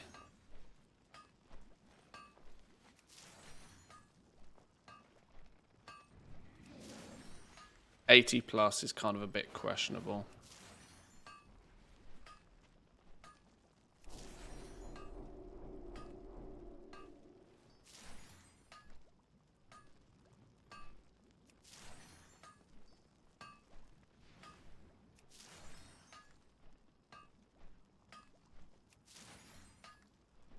But now we seem to have practically completely stopped getting skill points from these, even though it claims we can.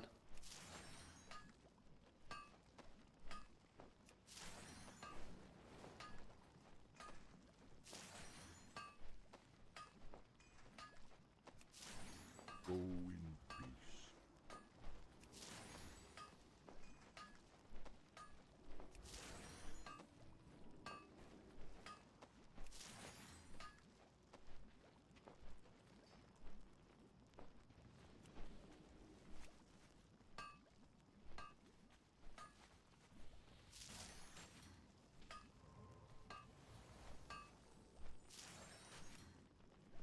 Even these don't want to give me skill points.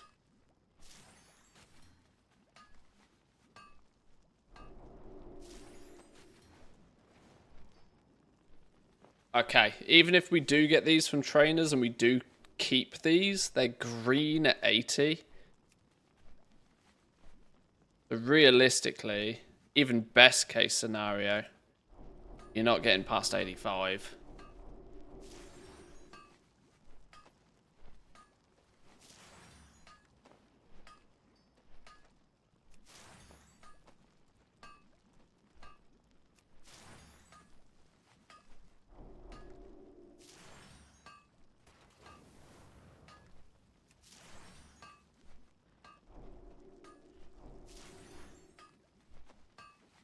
Two skill points.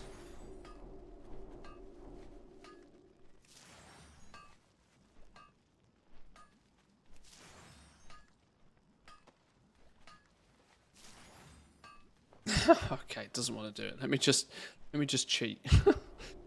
Just cheat. Let me just create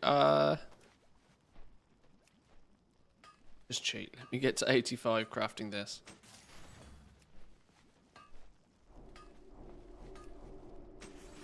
Yeah, because look, these have gone grey at 85. So even if you do learn these from the trainer, you are kind of hard capped at skill 85. Hey, how you doing?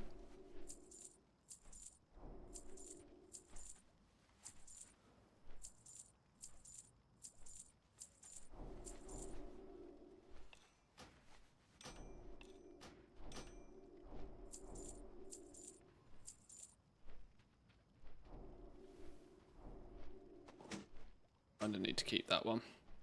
Oh, have I deleted my green one? Oh, that was really dumb of me.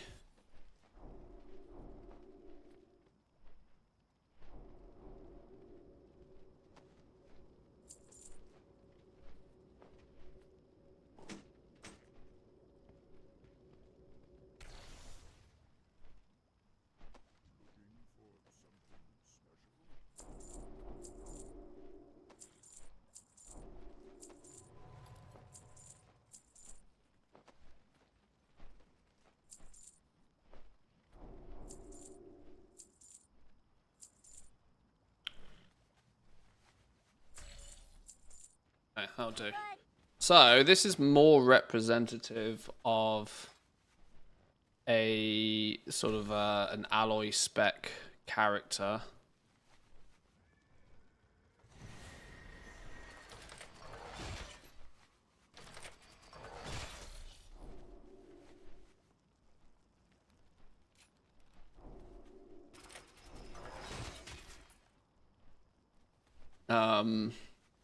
You'd put 30 points, 30 points, 20 points. That's going to make your alloys as efficiently as possible.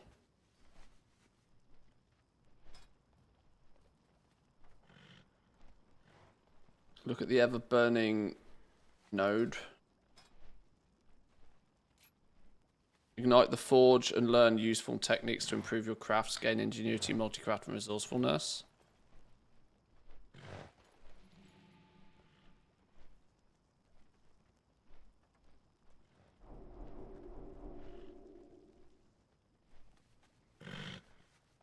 This is just the buff.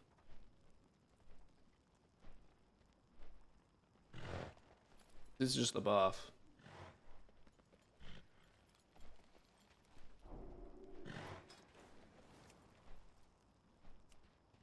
Siphon the residual energy of the forge for later use. Igniting the forge grants a boon of Algari blacksmithing stats according to your ever-burning forge specialization.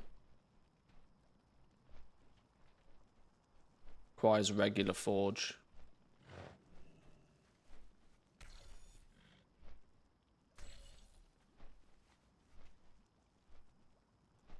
Yeah, you just have to be at a regular forge to do this. There's no special bonus forge. At least if there is, they've carefully hidden it, and I haven't found it. But a alloy crafter will have done something similar to this. Will have got 85. By the fact that they don't need to spend quite so many skill points, they might have a little bit more leniency with artisan's acuity to get tools and things in order. Without any war within tools, you're still looking at needing reasonable amounts of concentration even to make your core alloys, which is something you're going to want to fix ASAP, really.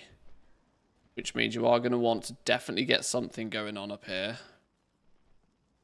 If you get your tool, which is 18 skill points, it definitely helps. Takes you to like 33 concentration. Even if you somehow manage to get your toolbox at a swell, it takes it down to 22. But you'd need the full set going on up here to presumably get this concentration number down a significant amount. Leather workers make these. You could probably get the basic one. Unlikely to be able to get the big boy one, unless you're doing sweaty things like doing it on other characters. But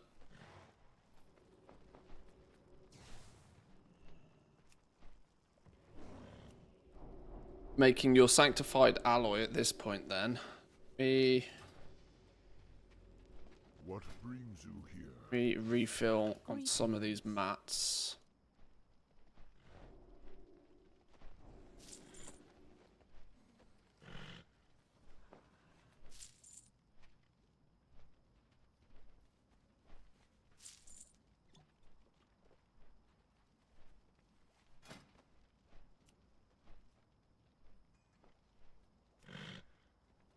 We start with 1,000 bismuth. Writhing samples as well. Writhing sample. Well, spit it out.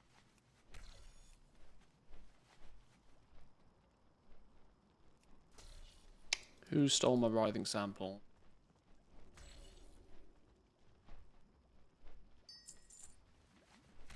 Hurry back. One single sanctified alloy craft is going to take 5 charged, 5 core, 5 iron claw. 5 charged requires a bunch of cores, so we need 20 core alloys. Concentrating on 20.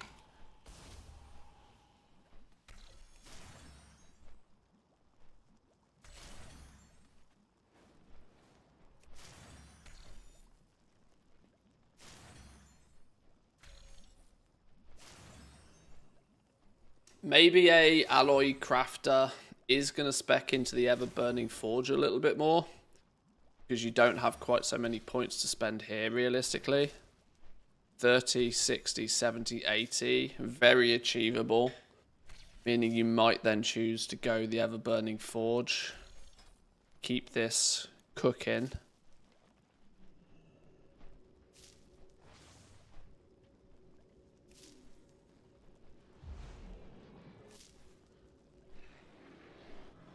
To get your multi-craft ingenuity and resourcefulness as well.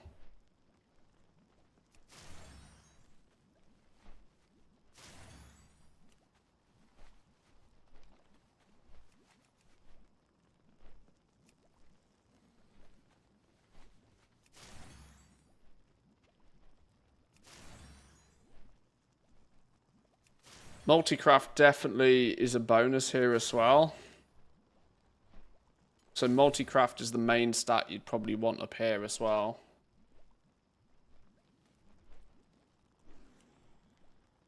Missing here. Oh, I'm out of echoing flux as well. Oh, I didn't even take a note of how much echoing flux I was using. I don't even know where echoing flux is.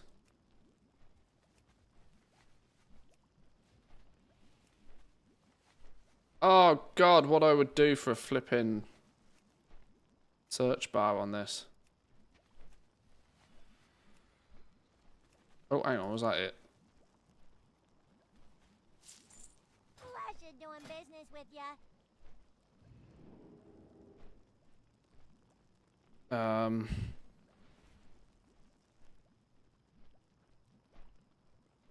I need the charged.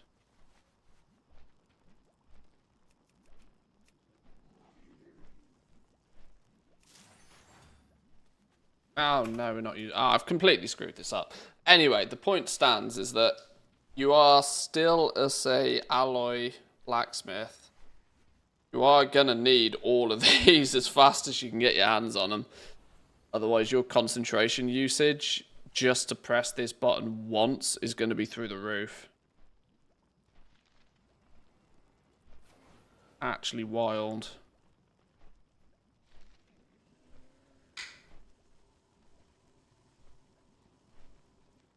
You would probably look at speccing here first.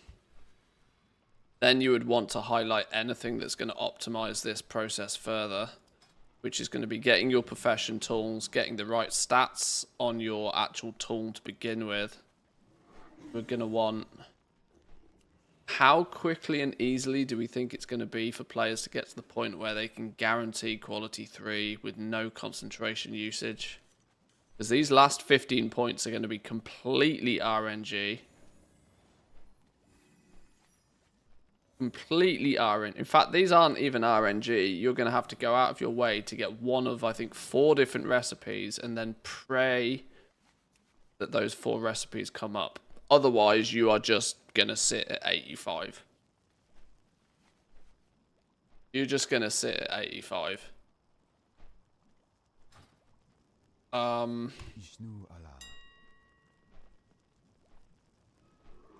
Fashion equipment, blacksmithing, accessories, apron, personal order.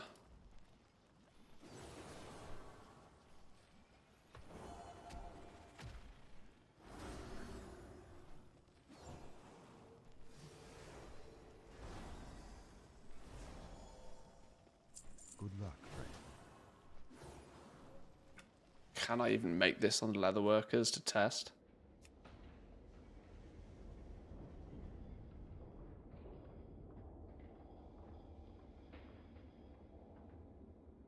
You'll have the Dark Moon Fair before the season starts. Well, that's 3 skill then. Or is it 2? I think it's 2. It's 2, so you'll be at 87. 87 points.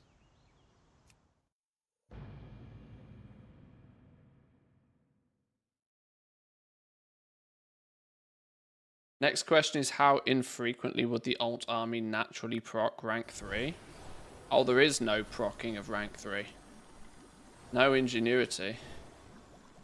Inspiration, sorry. There's no procking. I am honored. You either make it or you don't. Be careful.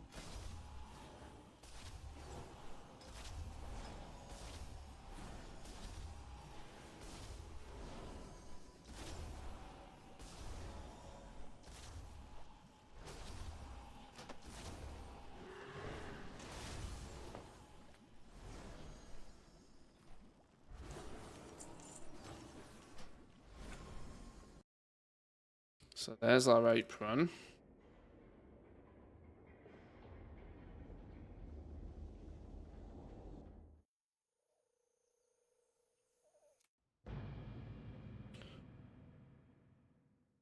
Drain I will add +5. Yep. 88. No, 87. No. 92. Getting there. It is going to be it is going to be an every little help situation. An alloy crafting blacksmith is gonna probably need to do the full treasure shuffle if they are to have enough artisan security to afford these tools.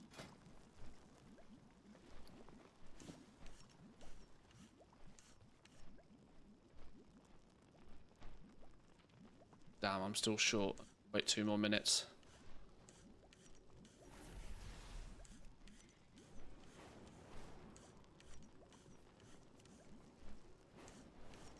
As you can see, even fully geared up here, we're still needing concentration every craft, even with top quality materials here.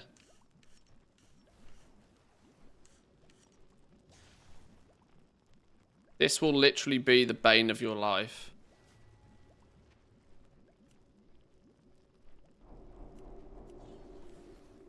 Is it Drain? It is Draenei, isn't it, that has the +5? The blacksmithing.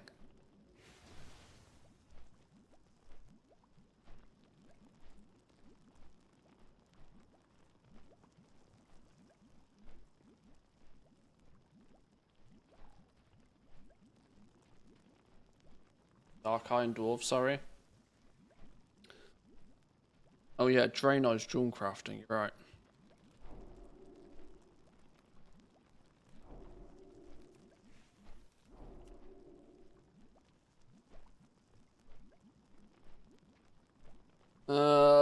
Okay. But yeah, you're gonna have to squeeze something out from somewhere.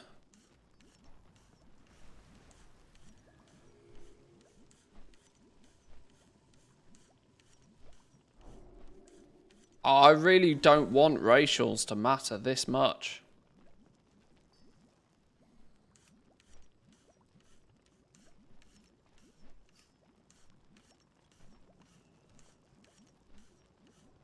Racials shouldn't have this much of an impact. But because it's multiplicative, it just might.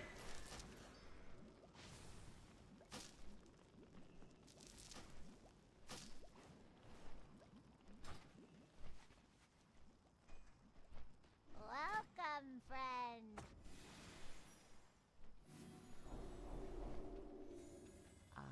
I have just the thing for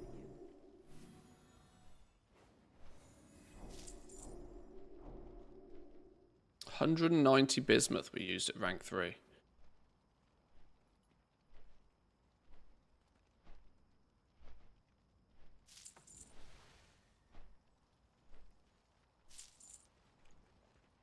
Goodbye.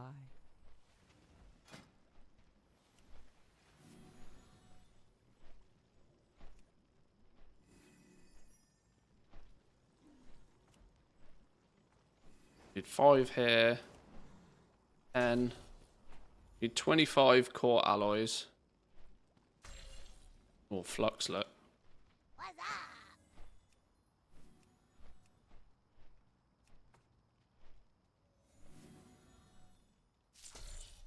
These are 15 gold apiece. So we start with 100 of them. Be careful out there. Rain tinderbox. I'm just trying to get a rough idea of the crafting costs of these.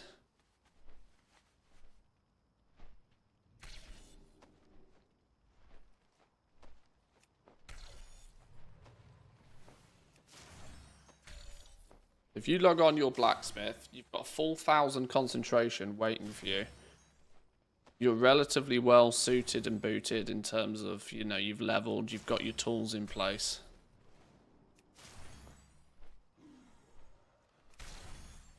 You got 25 of these to produce.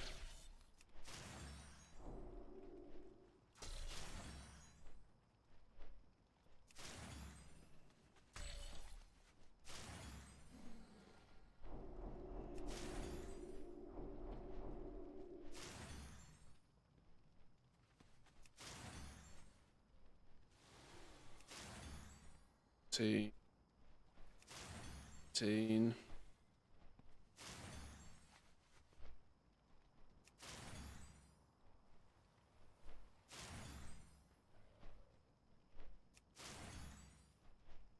Three, 4,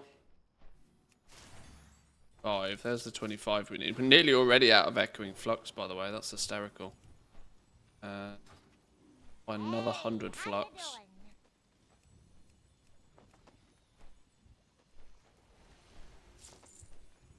Have a good one. 5 iron claw alloys at top quality. Bit of concentration on them.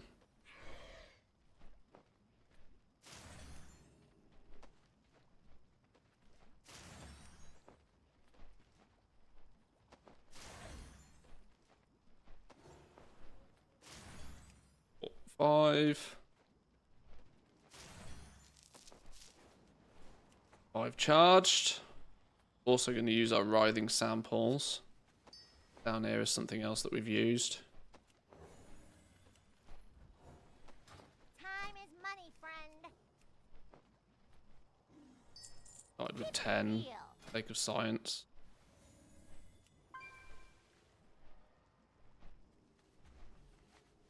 We'll concentrate on those. We need 5 of these now.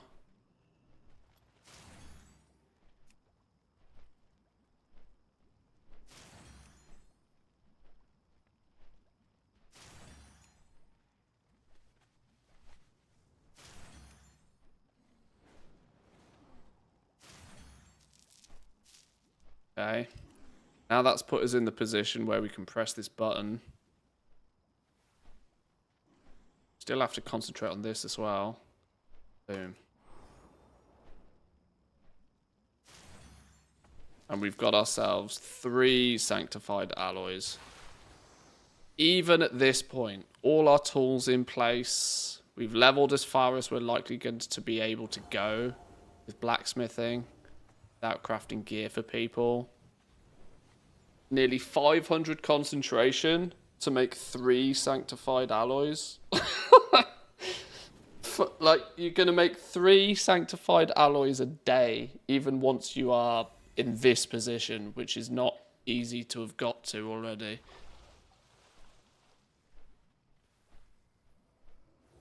And let's not forget the cost implications of this was 224 rank 3 bismuth.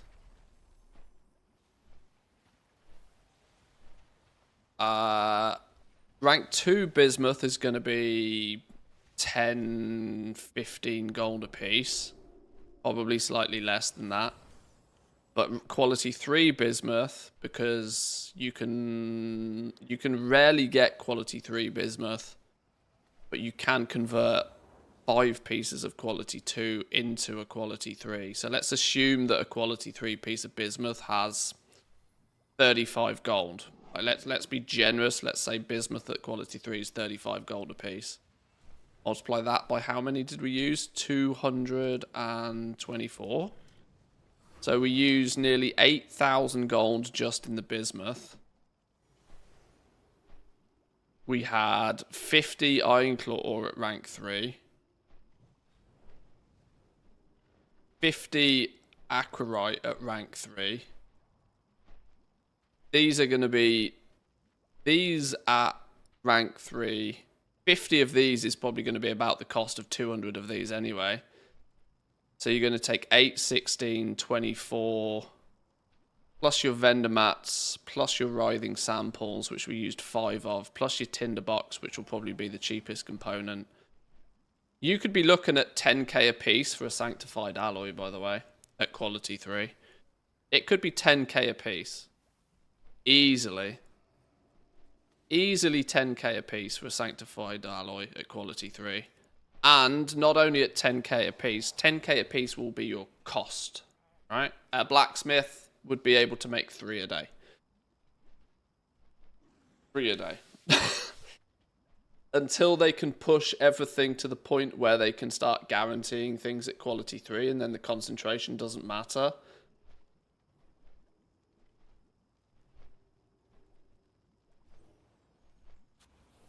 Roughly 10k a day cost, excluding the fact that a blacksmith can make like 6 of these a day. Now, when we look at what uses sanctified alloys, it goes into all of the endgame stuff. 6, 6, 4, 6, 6, 6, 5, 6, 6. So a fully spec'd out blacksmith, 12 on some of this stuff. Just think how much some of this crafted gear could be at cost. At cost. And that's excluding the charged alloys here as well. We're looking at just the sanctified alloys here. At cost, you could be looking at like 30 to 150k cost just to make these items. This is going to make crafted gear really expensive. And I don't think I've been over ridiculous with the prices here.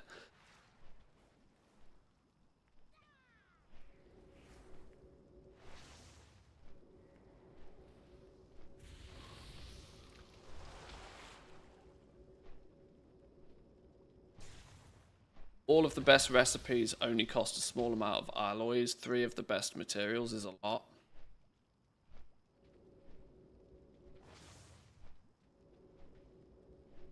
Considering most blacksmiths won't be spec'd that way, there's going to be a serious shortage. Well, yeah, this is the point. Most blacksmiths, the more common route for a blacksmith to go.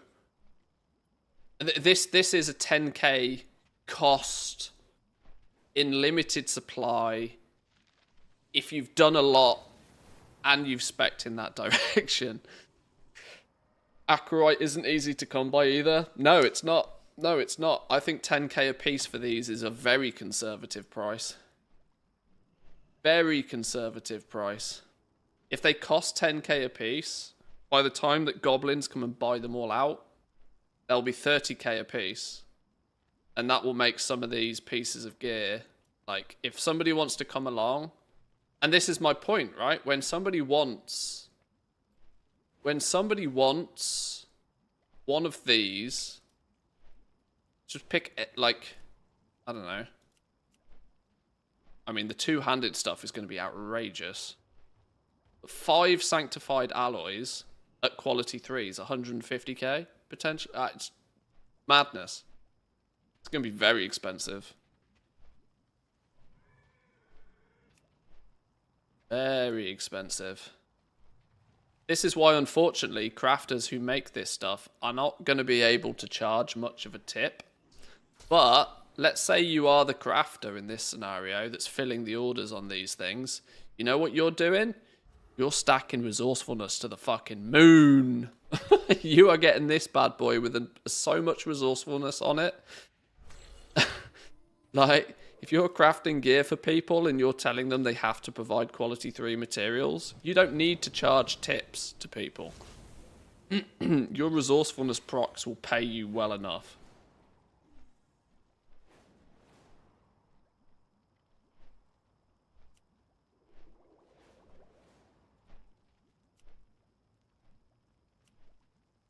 When a piece of gear is using 6 sanctified alloys, 12 ironclaw alloys. Yeah, you want resourcefulness procs all day long. This stuff. You could technically make a tool. Let me now spend a little bit of time and just make this blacksmith Mr. Big Dick Maximum Everything Blacksmith if I can. We've got quality 5 here, quality 3 here. The stats on those don't make a blind bit of difference. Let me build up some better tools here. Hang on. What's this thing called? The hammer. Artisan Blacksmith Hammer.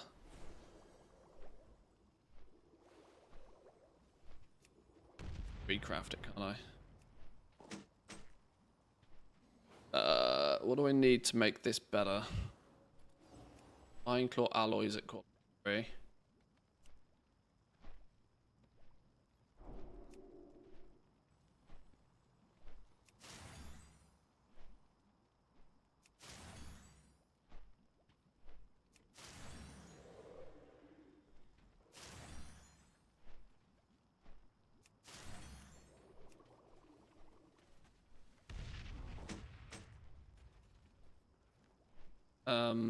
Oh my lord. Wow, even a recraft is 20 artisan security. Where's the profession tool bit? On.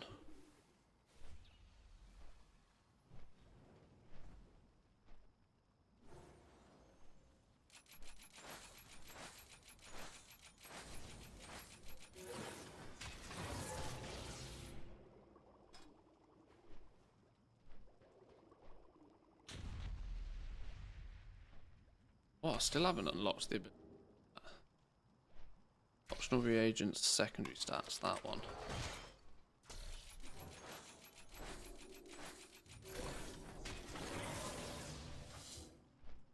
This is why when you're playing around with the professions on the test realm, you kind of have to take it slow and steady. You just zerg everything to the max here, you actually completely miss the point. You totally skirt over how it's going to feel to be, what journey you're going to go on, where are the bottlenecks going to be.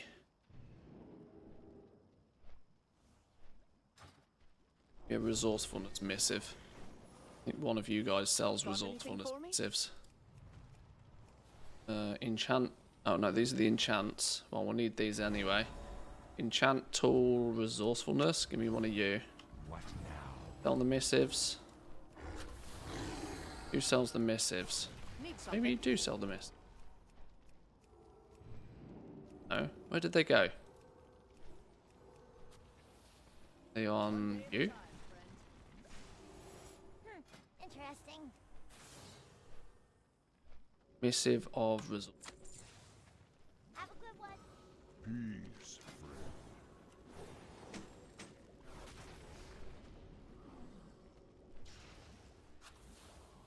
Wait, that only gets it to 4? What the hell's going on here? Is it because it was made with dog shit materials in the first place? It probably is, isn't it? Wow, that's annoying. We shall meet again. The winds guide you.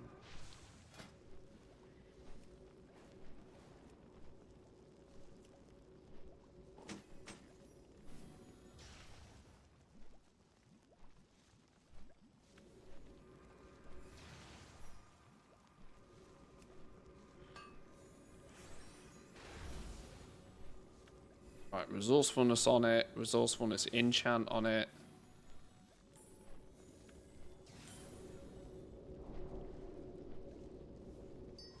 %27 resourcefulness. Yeah, boy. That's what you're going to want when you're crafting gear for people. You're going to harvest resourcefulness procs. Is there not a... What is it? Where's the vial of something something?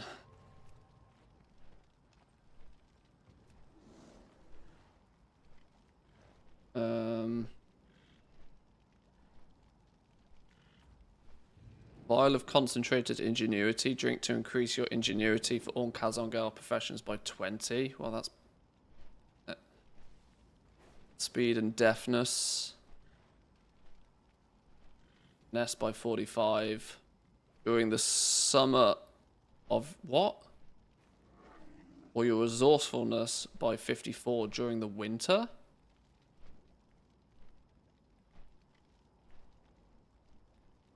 What? What is that rubbish? I knew these existed. I'd never paid attention to what they did. Increase your finesse by 54 during the summer, or your resourcefulness by 54 during the winter?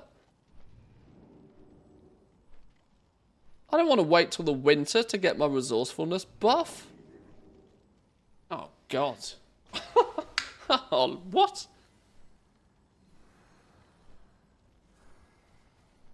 Right. Okay. What does it give me now, out of curiosity? Finesse is increased by 54 whilst you are experiencing summer.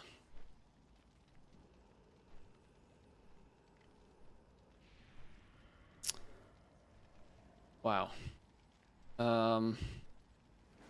Winter in Australia. Well, yeah, half the world is in luck. Half the world is going to get a nice resourcefulness boost. The other half of the world can fuck off. Okay, sure. Well, Northern Hemisphere is going to have 27% resourcefulness. Southern Hemisphere might have a little bit more.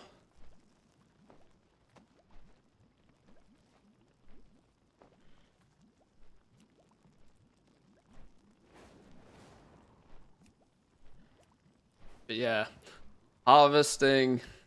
You're making gear as a black. If you're filling work orders for people, you're just gonna harvest resourcefulness buffs. Greetings, traveler. Walk with the Earth Mother.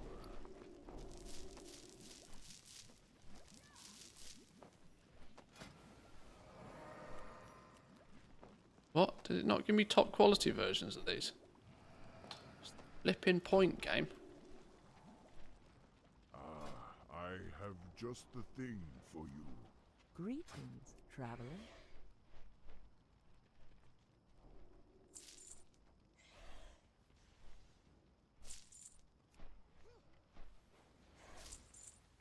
May the eternal sun shine upon thee. Pick up any sparks.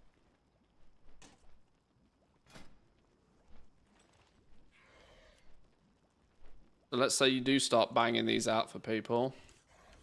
Hang on, why do we now not have enough Iron Claw alloys? How may I aid you?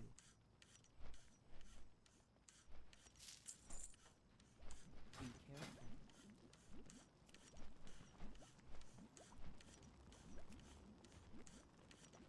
Resourcefulness, 27% resourcefulness.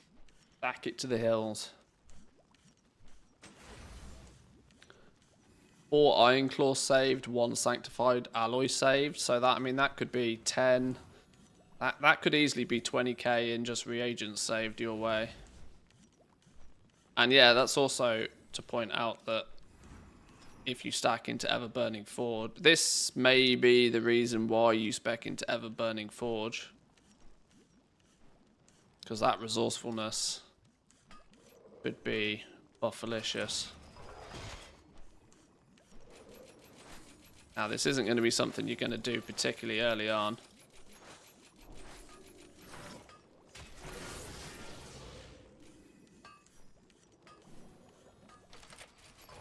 But it caps out at...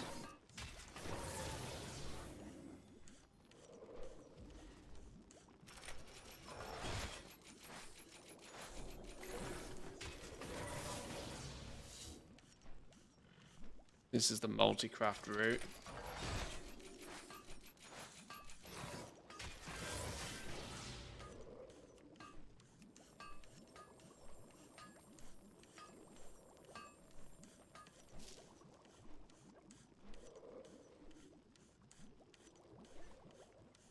"77 ingenuity, 97 multi-craft, and 77 resourcefulness."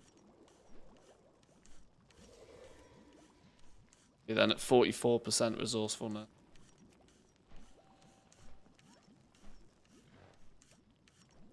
You're not going to get there very quickly, but there you go. Saved yourself an alloy.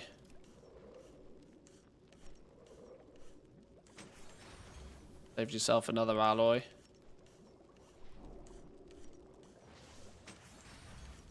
Never lucky.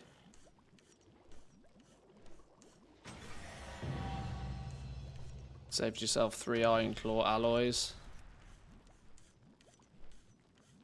I just hope that Blizzard are going to balance some of this. Oh, well, we don't know if these are balanced numbers yet, but all I know is that blacksmithing crafted gear is going to be pretty expensive. Pretty expensive. I can't see there being any scenario where... And this is sometimes the problem with crafted gear, you know? If it's going to cost you 100k to get a piece of crafted gear... Well, when I think about it, we had flipping 100k enchants last expansion. Maybe it's the same scenario again. People just pay whatever the hell it is. People just pay the price. Well. That was an interesting little journey into blacksmithing for me. That's an interesting little journey. An interesting journey showcasing that in the first season, we're going to have some pretty spicy prices for blacksmithing. You're going to be using an awful lot of your concentration on making small amounts of items. We are now, to point out, able to literally just make stuff without using any concentration. The only thing where we're going to use our concentration for, now that we've filled this bar and got these in place, we're going to use our concentration only when making sanctified alloys, I believe. Yeah, it's going to be a lot of effort to get to this point, though. Until this number says 0, you're always going to be limited to how much of it you can do every day.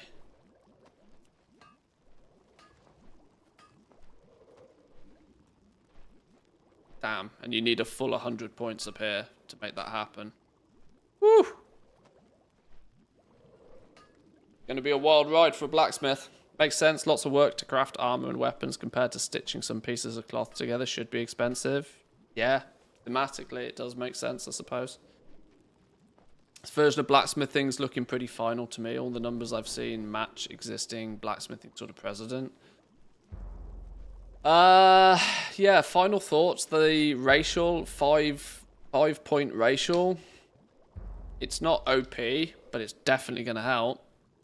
It's not OP, but it's definitely going to help in Season 1 at least. Definitely going to help. Mostly because if you go the alloy crafting route, you're going to be stuck at 85 here. And the closer you can get to 100, as you can see, you need 100. You need 100 and you need these to get this number to 0. Until you have this at 100, until you have these 3 items in place, you're going to be burning concentration every time you craft a single alloy at top quality. And when you need 25 core alloys at quality 3 to basically go into one sanctified alloy, you got 25 crafts of this that will consume concentration. You got 5 crafts of this that is going to consume concentration. You got 5 crafts of this, and then you've got the 1 craft here. Anytime you're using concentration, you're going to be heavily limited. And then you'll fill this bar to 100, and you'll get these 3, and then finally the weight will be lifted, and you'll be in a position where you can just freely press the button as long as you have the quality 3 materials. That will be the day when quality 3 bismuth jumps up in price, by the way. Not to mention that quality 3 bismuth is needed in a whole bunch of other things in a whole bunch of other professions. Oh, lordy lord, it's going to be fun. It's going to be very fun. Do you believe that professions are in a good place? Not just for the people who are down to grind out like crazy, but also for the more casual crafters? Yeah, I mean, there'll be money to be made everywhere. There'll be money to be made everywhere. You are basically directly converting your concentration into gold. Now, the more skilled a crafter you are, the more concentration you will in essence have. You know, you have 1,000, but when you use less of it, it basically makes this bar bigger. So if you just dabble with professions, you'll be able to turn up and burn your concentration and make a little bit of gold. But it also means that there'll be plenty of players out there that will be able to make a bunch of stuff at top quality and make a whole bunch of gold. So I think it's going to be very good. Very good. Any chance you can create a Dark Iron Dwarf just to see how the racial affects the concentration costs? Yeah, that might be something we do a little bit closer to launch. This was just my little mini adventure into sort of seeing how it's going to feel the first couple of weeks. Or for the first month or two. And it's quite cool. It's quite cool. I think there's about enough knowledge points out there for this to be achievable. I don't think it's outside the realms of possibility. I think whichever route you go, I think if you go the means of production route and you go into making alloys, you don't need a huge amount of points in here. You probably fill this, and then you're likely to, when you fill this, quickly go into the ever-burning forge and start putting points here. Just for the multi-craft, if nothing else. Because every single multi-craft proc is going to be really useful for you. Demand for frameworks. I'm going to be honest, I haven't even really looked at the frameworks in much detail to know what they do. My problem with things like the finishing reagents is nobody uses them. But it's simply nobody uses them. They're always too expensive to make relative to the what they offer. 68 multi-craft when crafting consumables. But if you start needing quality 3 core alloys to make these, the price of making one of this at quality 3 for 90 multi-craft is going to be ludicrous. You might see value in using quality 1 cheap alloys. You might see some value in this to get 68 multi-craft out of it. But usually, I mean, 68 multi-craft isn't going to get you anywhere. This is the point, right? I've got 651 as it is. For 19%. Another 68 multi-craft on top is going to give me like 1% extra multi-craft. Which is likely to not... Yeah, the cost of... The price of these... They're usually too expensive to craft. For the benefit that they reward. I've thought this for a while. They just need to jack up the stats on these finishing crafting reagents. It shouldn't be so finely tuned with these. These should be really big buffs, and they should be mediocre in price. And then people would use them. But until that happens, pretty much, until proven otherwise, I consider most finishing reagents trash. Just simply because of the way the system works now. You are never going to pump quality 3 materials into making these things. You'll put quality 2 in here, maybe, if there's an overflow of this quality 2 stuff. But you've got to get these really cheap before the 1% stats that they give you is worth having. What's the blacksmithing bag buff, actually? What's the tailor? What are tailors doing for what's the blacksmithing bag? Before I love you and leave you for the day. Containers, bag, engineering, enchanting, dawn crafting. Ever burning ignition grants an additional 5 ingenuity, resourcefulness, and multi-craft. Okay. A little bit more buff then. Okay. Cool. Alright, well I'm going to spend a little bit of time, boys and girls, writing this up into the guide so that there's some more details in here, because I know the blacksmithing section is a little bit lacking currently. Now that I've spent a couple of hours testing and poking around and playing, we can get things looking a little bit more detailed, a little bit more juicy. This is available over on Patreon for my gold goblins on Patreon. Currently 287 pages of all of my notes and info about professions, so that's useful to you. Wish to support the channel, you know how. Tomorrow's Wednesday. Now, unfortunately, out of nowhere, my plans have been blown apart on Wednesday. There might not be a stream tomorrow, which is ridiculous for a Wednesday, especially since we're likely to get a new build, but unforeseen circumstances do occur IRL, so there might not be a stream tomorrow. If there is a stream, it's likely to be a very short one, which means I might just not stream tomorrow. Meaning we'll probably be back on Thursday. Now, on Thursday, that means we won't go through whatever is presented to us in the new build. Probably be jumping out there doing some leveling as well. But thank you all for joining today. I hope, going through these professions slowly, methodically is useful for players.